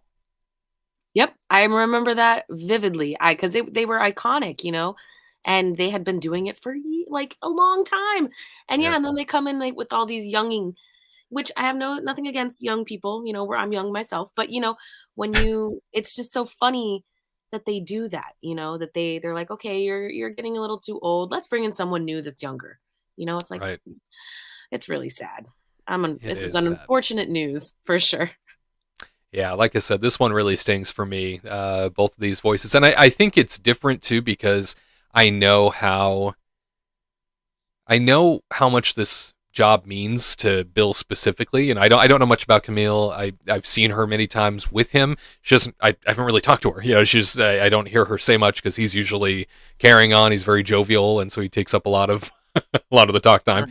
I'm sure she loves it just as much. But to Bill, this has been like his career defining shtick, you know, like this has been his career. This has been the thing that he's been focused on the whole time. He lives and dies for Disney, and to now not have that, and to no longer be a piece of it, I just can't imagine that this is going to be an easy thing for him to get over either, because it's become a part of his identity for so long. So really sad to see. Yeah, it's been a part of his life for so long. So yeah, definitely it's going to be interesting to see how this all pans out. Big sigh. Terry dropping into chat saying, truthfully, their speaking voices are just as distinctive as the music. Couldn't agree more. Absolutely. They are, they are a piece of the DNA of the Disney parks out west. And, you know, frankly, I think about Walt Disney World and the voices that I hear there. And I'm like, I don't think of any theme park voice at Disney World as even familiar when I'm there. Like as many times as I've been to Disney World.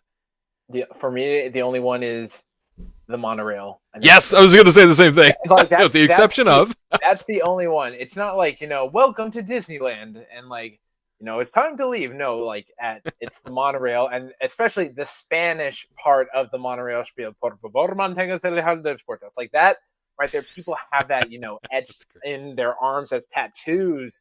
But yeah, Disney World just doesn't have any like real iconic voices except for Jim Cummings when he would do the intro to Illuminations.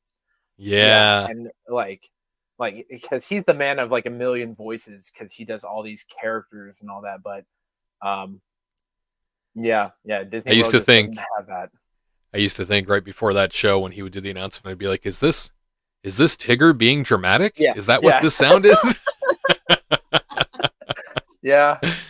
It's interesting how they use the various voices from within the company, and like Jiminy Cricket for the longest time, did the fireworks show at Magic Kingdom, and it's so strange to me how I'm not familiar with a distinctive voice for any park at Disney World, whereas Disneyland, it's so much personality because of Bill, and he's the voice of everything in that park, and he's the voice also of things up and down through downtown Disney, and there's a distinctive voice that's attached to the trams at Disneyland. It's so interesting to me that there's these distinctive voices attached to everything at Disneyland, whereas I go to Disney World and it's like everything just sounds different no matter where I go in these parks. Yeah, there's different voices everywhere.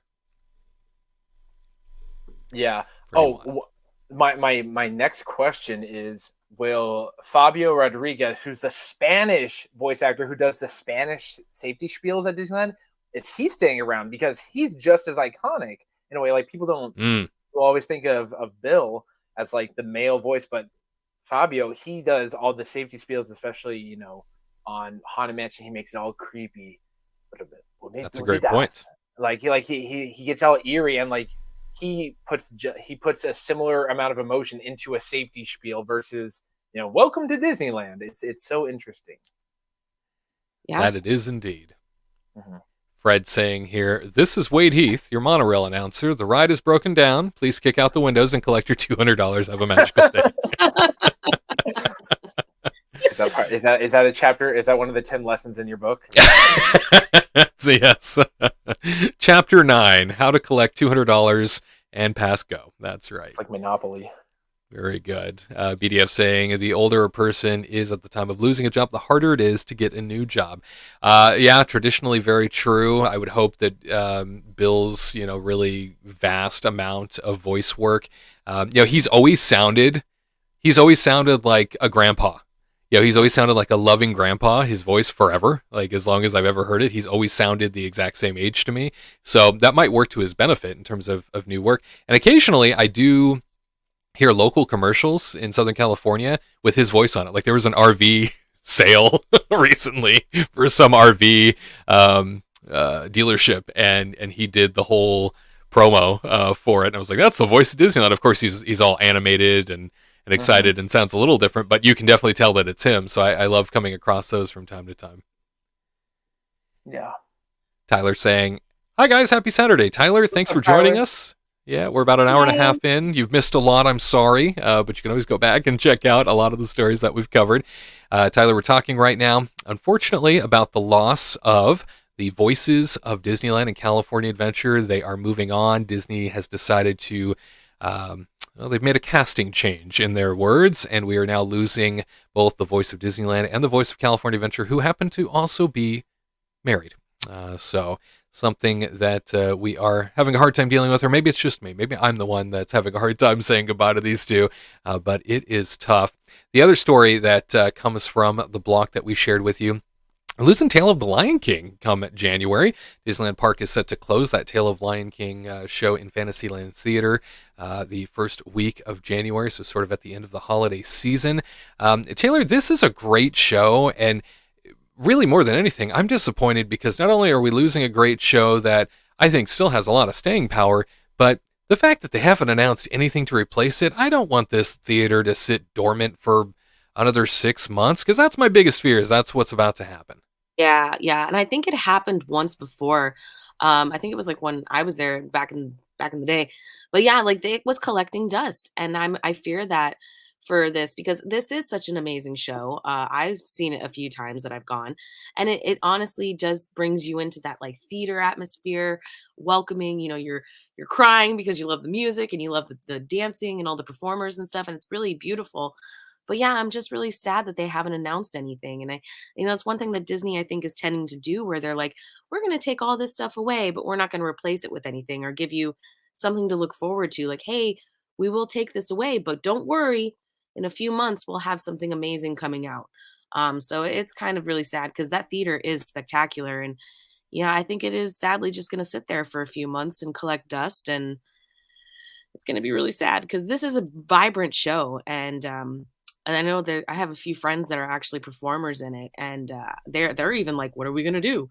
We don't have anything lined up." You know, they even said that Disney hasn't announced anything to them. So yeah, this is a shocker too. But I'm sad to see it go. But I hope that they come up with something new soon that we can enjoy, and the theater won't be dormant for too long. That would be nice to see. Garrett, obviously Florida has the far superior. I don't think anybody's arguing, that this show upstages their version of Festival of the Lion King, because it's nowhere near the same idea even. It's very different. There's a reason why Festival of the Lion King and Animal Kingdom remains still a powerhouse attraction to this day. But this is one of those shows where I feel like, gosh, you can do really anything with the Lion King music, and it is an attraction still, even to this day. Absolutely. When it came out, they went all out. They did not have to go as hard as they did, but it's the opening note. Bah! Like that just, anyone hears that, you just come alive with energy. At first when I saw this and I was like, wait, not the festival. I'm like, okay, close enough. It's similar, close letters, just missing a few. I'm hoping that in the theater they do something new, because I remember they had Mickey and the Magic Map. I haven't been able to see any of these shows because I don't make it out to Disneyland, even close to the amount of Disney World. But they look good. They look entertaining. They look, like they attract a large crowd. I'm just curious to see what happens next. I remember when Hunchback of Notre Dame happened in Fantasyland Theater. Those were the days. Those were the days. Those Absolutely. were good days, yeah. Yeah. So I like Lori Jean's idea. Right? Yeah, I was just going to mention Lori Jean singing Chat Beauty and the Beast show in Fantasyland Theater. It could easily move in there. I would like to see something original. I would like to see something, and by original I mean not in Florida, not a transplant. I feel like that happens too often. It's nice to have a show that's unique to the property. It makes me wonder what should go in there. Taylor, if you were to stick something into the Fantasyland Theater next, what would it be? Ooh, I think I'd like to see something original. It'd be kind of cool if they came up with something based on like maybe the new movies that are coming out, like Wish. Like if they did something, that would kind of promote the movie as well as like bring people in to come and see the actual show. I think that'd be kind of cool. But I would love if they brought back the Hunchback of Notre Dame. That would be amazing, because it was such an amazing show. And it, I mean, you were a 90s kid when like that came out, and it's so nostalgic. I just love it. But I think anything, but man, wouldn't it be great if they put like Mary Poppins in there too? Mary Poppins musical or something. All about Poppins. There's so many opportunities that they could do, but just to be creative and come up with something original, I think would be the best bet for them.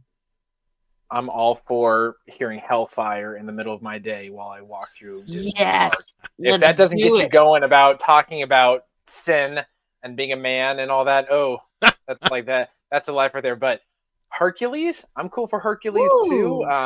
Can we get an Atlantis the Lost Empire musical spectacular? I don't know how. And thank you. Yes. Or Good just call. Phil Collins' Tarzan songs. Oh my. Sold. Yeah.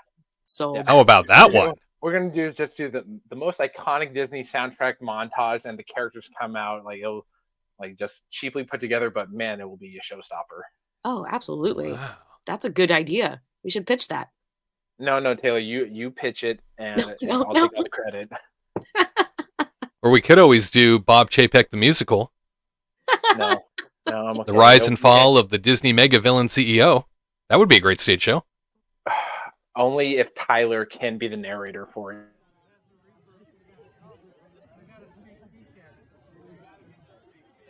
Look at him. Hello.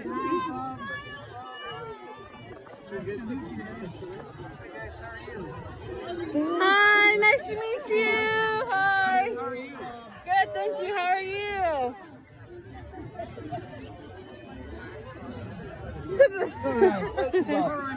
Bye, thank you.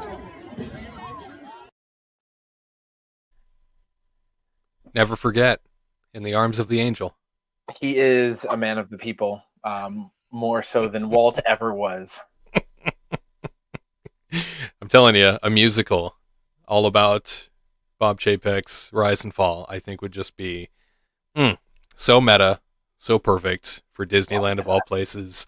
And it could end with like pyrotechnics and Bob Iger's return and like slaying. It could be a whole play on Fantasmic and Bob Iger slaying the dragon. And oh my God, just imagine. Just imagine what could be done. Is that the bonus chapter of your book? I'm sorry. I gotta plug the book as much as I can. It's a lot of creativity there. Yeah. At any rate, hopefully we will see ourselves a new show in the Fantasyland Theater very soon. I hope that announcement occurs in the near future. Also, in that story stack, the Disneyland Resort welcoming a Halloween-themed Run Disney event. Run Disney finally coming back to Disneyland, finally making its presence known once again. It, for a while there, Taylor, pre-pandemic, it felt like every time the season changed, there was another Run Disney event. And now we've got a new one announced for Halloween next year. Yep, it's true. I feel like every time I opened up Instagram, there was a new run. Hey, this run's coming up, this run. And I'm like, oh my goodness, okay. We're all about health. I love it. Let's do this. But yeah, I think it's funny because when I do see them, I think the first thing that I look at is the medal. I'm like, oh my gosh, these medals are so well designed and they're so beautiful. It just makes you, even if you're not a runner, you want to run just to get that medal, Right. So, but what an experience for a Halloween event. I think that's going to be pretty exciting. It's going to sell out fast. I mean, all the runs sell out so quickly. But this one, I think within, I would say the first hour or two, I think is going to be gone. It's going to be sold out. So I think if you want to do it, I say jump on it. Good. And kudos to you if you do it. Super creative to be able to pull together a run event around Halloween. And by super creative, I mean this allows them to be ultra creative. That's really what I'm trying to say. So yeah, totally absolutely. psyched to see this come to life. Yeah. And just, can you imagine just the decorations and characters that'll be out alone? It's going to be incredible. All of them in their own Halloween costumes, Garrett. Oh, I'm all about the Halloween costumes, especially like a Disney race. And I'm sure the weather will be fantastic for it because, it's going to be, October in Southern California, I'm sure. Well, it'll probably be a little warm, honestly, but it should be great all around. I am always impressed with how Disneyland, with how limited it is in size, can make, these races work. Because, Disneyland, you don't even have to leave property, but Disneyland has to work with Anaheim to make it all, work in the right way. So kudos, Disneyland. We need more race weekends. They're awesome. They send everybody through. Because I'm allergic to running. Oh, yes. I understand. Yeah. Me too. They send everybody through Angel Stadium and kind of all of the icons of Anaheim that you can go see yourself and run through and experience, 3:00 in the morning, because that's usually when they have these races start. So at any rate, great to hear that the Run Disney events are on their way back. In addition to that, the other story that we listed here in the stack was, of course, Candlelight coming back to us. We are now just about a month away from these events occurring once again.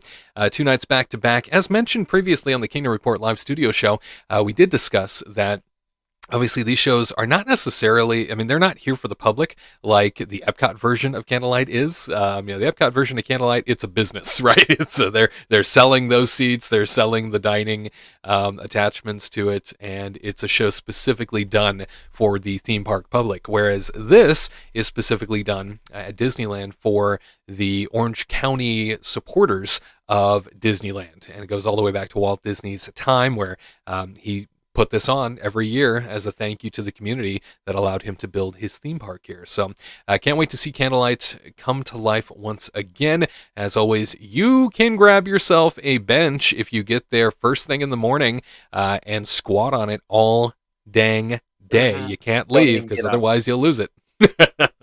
And we don't know who the speakers are, do we? No, they keep it hidden. Celebrity narrators, we are still waiting to hear. It'll be a surprise for us. Taylor, this is such a moving ceremony. Every time I get a chance to even get a glimpse of it, I'm truly moved. Emotionally, I'm truly moved every time I see it. It's quite the spectacle. It really is. It honestly brings you into the holiday feels. Just the lights and the singing alone, and even the hosts that they always come out with. They always have a special message that they send to everybody during the holiday season. So it really is a spectacular thing to go and see. But it's true. If you find a bench, squat on it all day, because there's no way you're going to find a seat anywhere close to the start of this. But it is a fantastic thing to go see if you want to get into that holiday spirit. Yeah, absolutely. I remember being up there on the porch of the Plaza Inn, controlling that front door for the longest time while I was working there. And as I had that line of people waiting to get in to grab themselves some fried chicken, I remember occasionally looking out onto the street, just alongside Main Street there, as people were pouring out, performers, the choir pouring out onto Main Street, singing, humming, in unison as they all went down Main Street, and Main Street would go dark, and they would all come out with their candles, and I'd get so choked up as soon as I would see it. I'd be trying to carry on conversations with people that were waiting in line, and I'd like break down crying because it was so beautiful to witness. Yeah, absolutely. They know how to do it, and they know how to get you in all those feels, because just turning off the lights, like, who thought of that? Let's just have the focus be on all the choir, walking down the street with their candles. And it's just like, oh my God, this is so beautiful. It is gorgeous. This event is probably the biggest difference between Disneyland and Disney World, more than any other thing, because at Disney World, it's an event where, they sell tickets for the dining packages, and they do multiple shows over the course of a month and a half, versus this. Like, it's a limited show. It's not for everyone. It is for some special people and who get invited. And you get tickets. Trying to share that mindset with someone who goes to Disney World, they'd probably be like, "What? No, like, this is for me." It's like, no. Disneyland, it's a little bit different. And that's for sure. I think it's way more spectacular and beautiful at Disneyland, especially the train station there, and just. I'm getting chills thinking about it.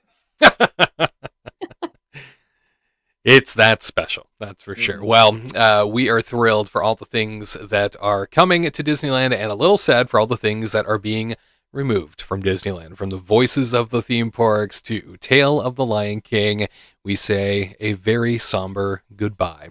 And you stick around just after the break. We are going to be talking about Disney as a company buying the remaining 33% of Hulu from Comcast for a record $8.6 billion. Woo. More Disney News Talk Live for you next.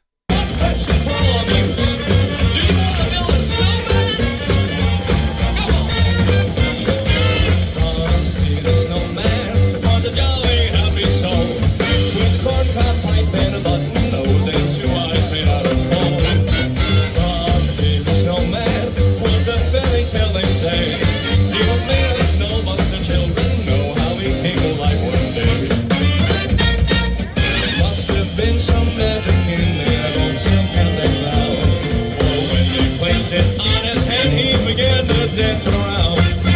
Frosty the Snowman was alive as he could be, and the children sang he could laugh and play just the same as you and me. Hey, I heard that Frosty could really play. He even taught me cats a few things. Come on, Marco, show those up.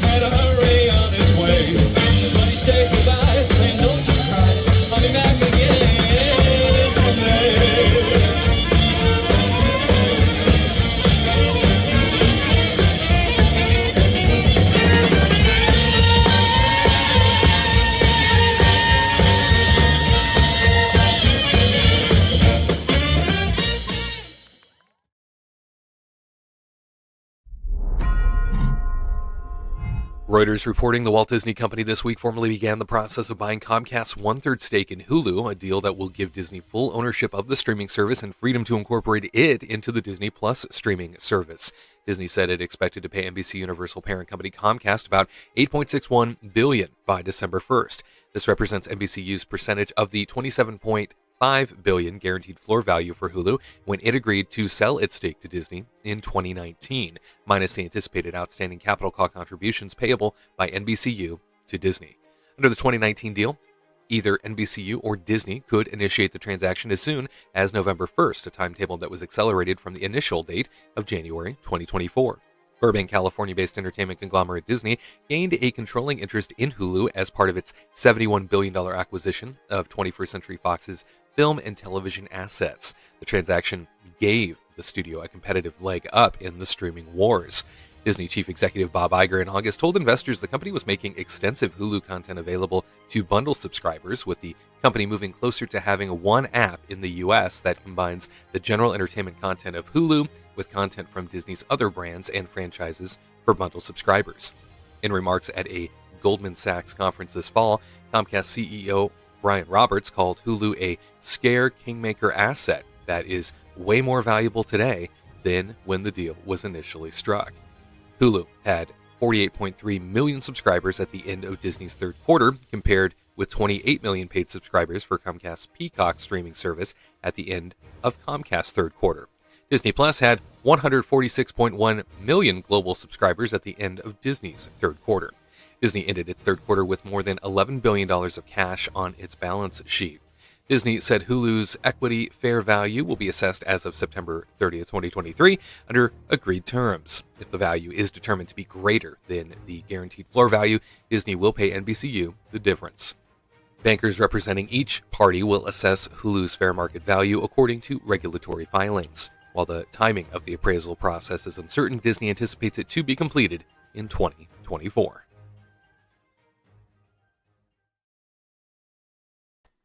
So there we have it. It looks like Hulu about to become a permanent part of the Walt Disney Company in its entirety. Garrett, this is a huge missile across the bow of the streaming wars. What do you make of it? I'm hats off to Disney for doing this, because I know right now financially in the stock markets, Disney doesn't look to be doing hot, but people forget that Disney has so much cash that they can almost do whatever they want. You know, they acquired 20th Century Fox and this part of Hulu. I think it's a great move, and it's definitely a Bob Iger move, because, you know, Iger's great at acquisitions. He is the king of it.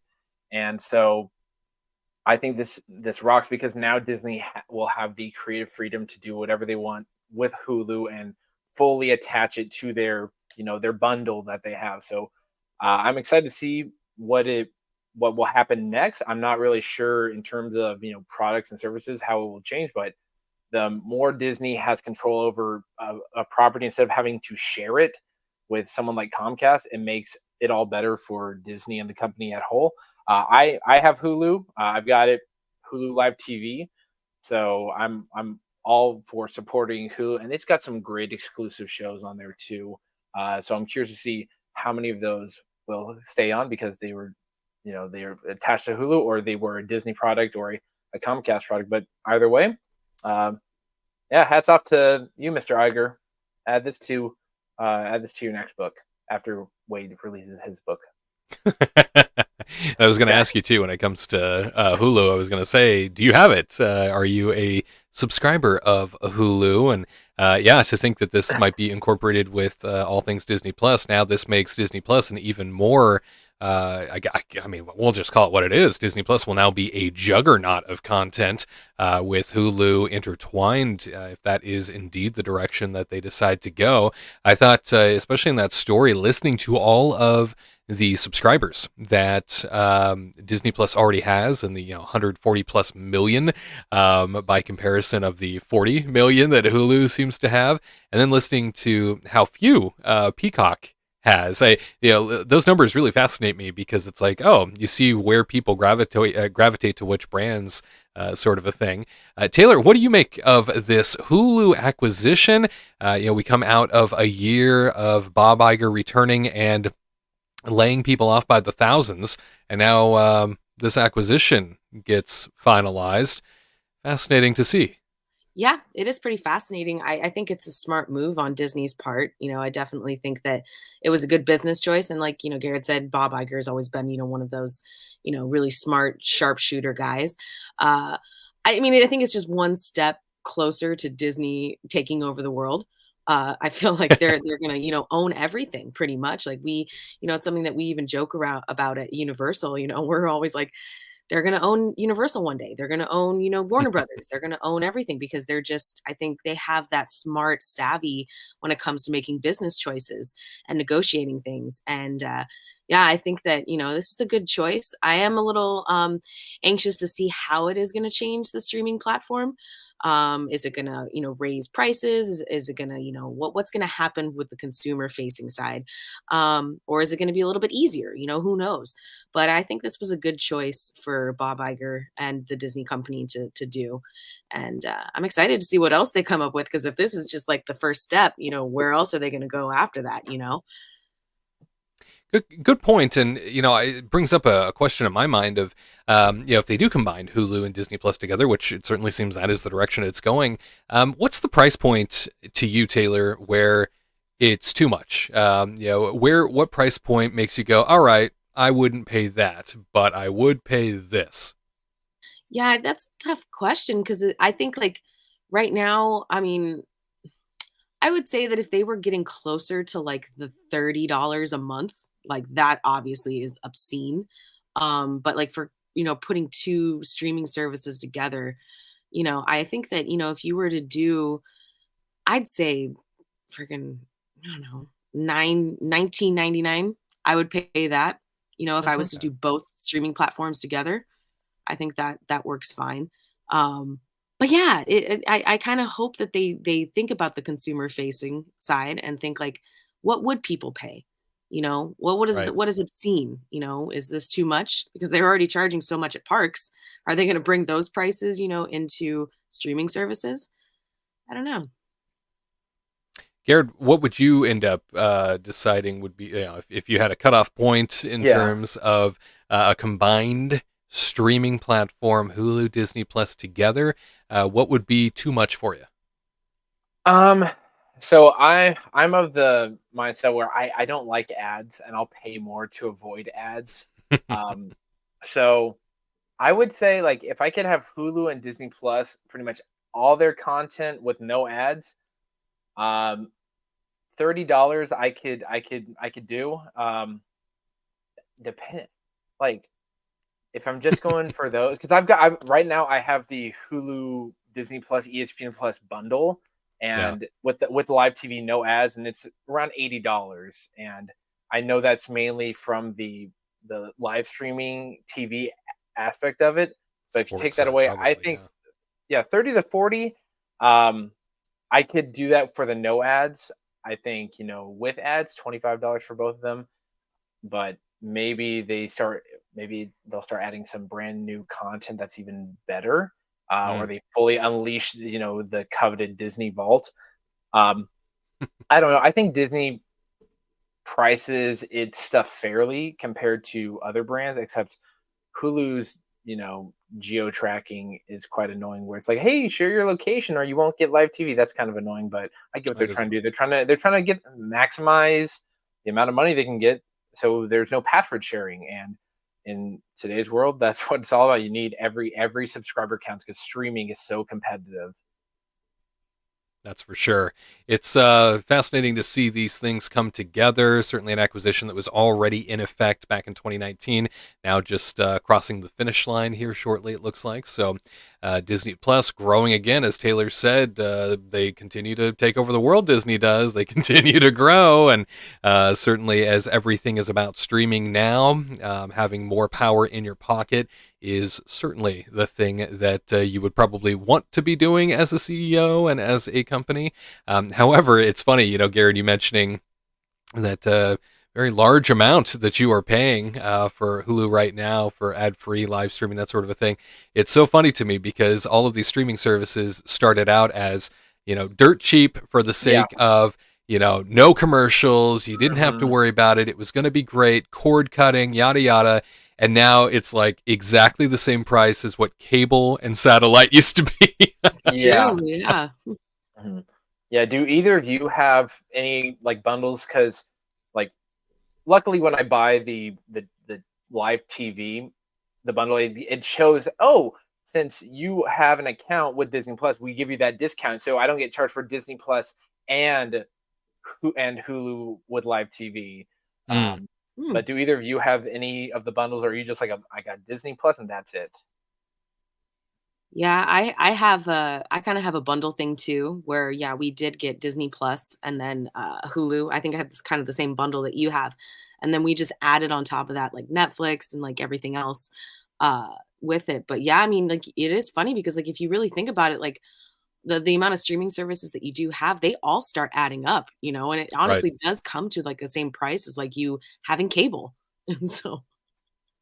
Absolutely. Yeah, I have no bundles to speak of. However, I'm one of those people that I bounce back and forth between different streaming platforms because not any one has everything that I want, which drives me nuts.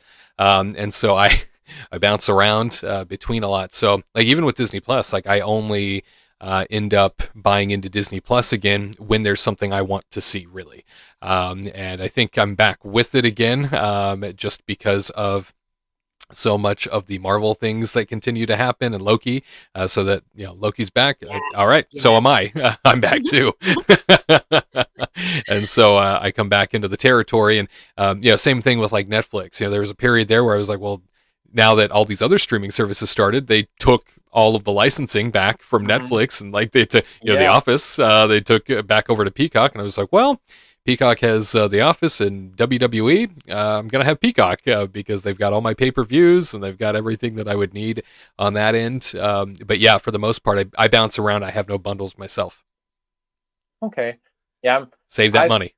Yeah, the streaming stuff makes things easier. And on Disney Plus, for me, I like it where they have a lot of the, the Imagineering story or behind the attraction. Those sorts of things make it stand apart from the other brands, because it's like, we're going to show you about the behind the scenes of the Peacock Network. And I'm like, I could care less about how SNL works behind the scenes. But knowing how Indiana Jones Adventures works now, that is, here's my credit card. You take There's something I'm interested in. Yes. Take my money. Take my money. Well, very good. Well, fascinating to see that this is finally happening and Disney becomes powerful once more, even more powerful. It grows again, as we have come to see it do time and time again. So, well, I want to thank you both for being a part of the show today. I definitely want to thank all of our viewers and everybody that decided to tune in. Looks like we will officially be back in the studio next week for an all-new Kingdom Report Live. Tyler and Katrina, I know I didn't make mention of them up until this point. My apologies. We got right into business here. Tyler and Katrina out on the East Coast this week. Spent some time in Disney World. I believe they are at a family function doing a little wedding action, but they will be back with us. Yeah. How about that? Remember their wedding, Garrett? Water. I do remember their wedding. It was quite spectacular because I didn't even think you were going to be there because I thought you were on a cruise. But it was a very chilly weekend in Southern California where you could see snow on the the mountains behind LA. But it was a magical time, and danced, ate, we were merry and stuff like that. And we had some the whole family was together, our Kingdom Report family. That we were, and I was equally as surprised to see you there. I didn't anticipate seeing you either. I felt like everything had gotten silent leading up to that point, and I thought, I don't think he's going to be able to make it. And there you were, standing in the lobby that day as I walked in, and the warm embrace between us. Yes. It could have cured the lepers, the disease of the lepers, that warm embrace, that's for sure. That's some intense stuff right there. That's some good stuff, yes. Well, we will be back with you next week, 3 p.m. Eastern, 12 p.m. Pacific, for an all-new Kingdom Report Live. Taylor, once again, where can people find your art and a little bit more about you? You can definitely find it on Instagram. It does have Higatus Figatus is my handle, and you can go on my Instagram there, and it'll take you to my Etsy shop. So you can chat with me if you'd like, or take a browse on everything that I have. But yeah, Take a browse. take a browse. Take a browse. Yeah, I want to see your Christmas ornaments. Oh, I'm super excited to make those. And then like you guys made me like think about it too. I was like, I should do a Muppets version too. Muppets Christmas Carol was like one of my favorites. That is one of Wade's and my favorite things to talk about. I just thought of the song. He's Mr. Bahumbug. Yes. Time to watch that movie tonight. Time to watch. Just in time for the holiday season. Oh my goodness, there's nothing like it. And I'm a huge fan of Christmas, just like you all. Can't wait for even more of the season to get underway as we celebrate all of the gingerbread houses from coast to coast once again. Can't wait to go see the Grand California one, and I'll be out in Florida here next month to see the Grand Floridian version. I'll walk through it. I will buy a shingle or two to be able to share. And I'll bring one back for you, Taylor. Oh, that would be amazing. Thank you. That's the way that it's done around here. Don't recommend taking the monorail, though. No, don't take the monorail. You know what, Garrett? Also, don't take a certain train to a certain mountain summit, because I hear it's troubling for some. Oh no! Oh no! Oh no! Some like you. You know what? As painful as that attraction was, it's more painful watching a tree lighting ceremony at 3 o'clock in the afternoon. Yeah, and on that, I'd rather go on Expedition Everest with Tyler and cry than watch that tree lighting, honestly. It's one of the best, and something we will never, ever forget. Between your tearful and meltdown-ish type behavior on Expedition Everest, and of course the magic that is the Magic Kingdom Christmas tree lighting. On that, we will head out and say a big old thank you to everybody that was a part of today's broadcast. And as always, remember, the legacy of Walt Disney, it lives on because of people like you and me. We'll see you next week for an all-new Kingdom Report Live. 3. Everyone please say Happy Holidays. Ready? 1, 2, 3. Happy Holidays.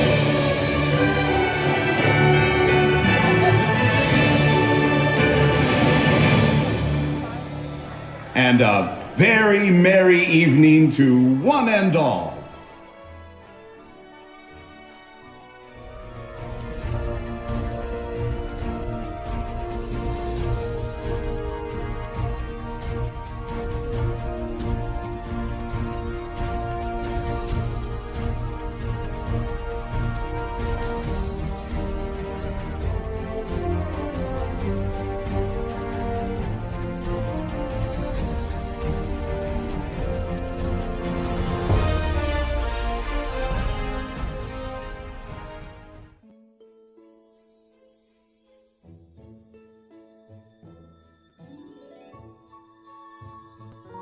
You know, Walt Disney, he is seen as sort of this mythical creature nowadays, this magical man that could do no wrong, and yet he spent most of his life steeped in failure. From heartache to betrayal to death and even a breakdown of his own. It's often said that artists are tortured souls, and I think it's safe to say that Walt Disney was a tortured soul by his own standards most of his life.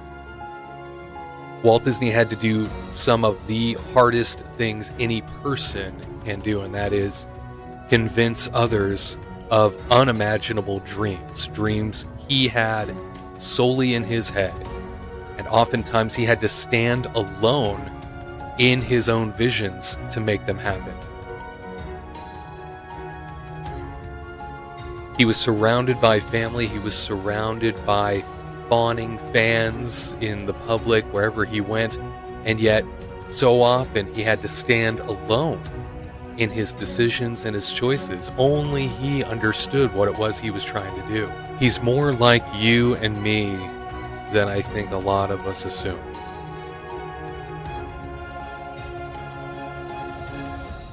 Stand Alone, The Walt Disney Way. 10 Lessons for Harnessing Your Own Magic. By me, Wade Heath. A new book coming soon. Be inspired by Walt Disney all over again.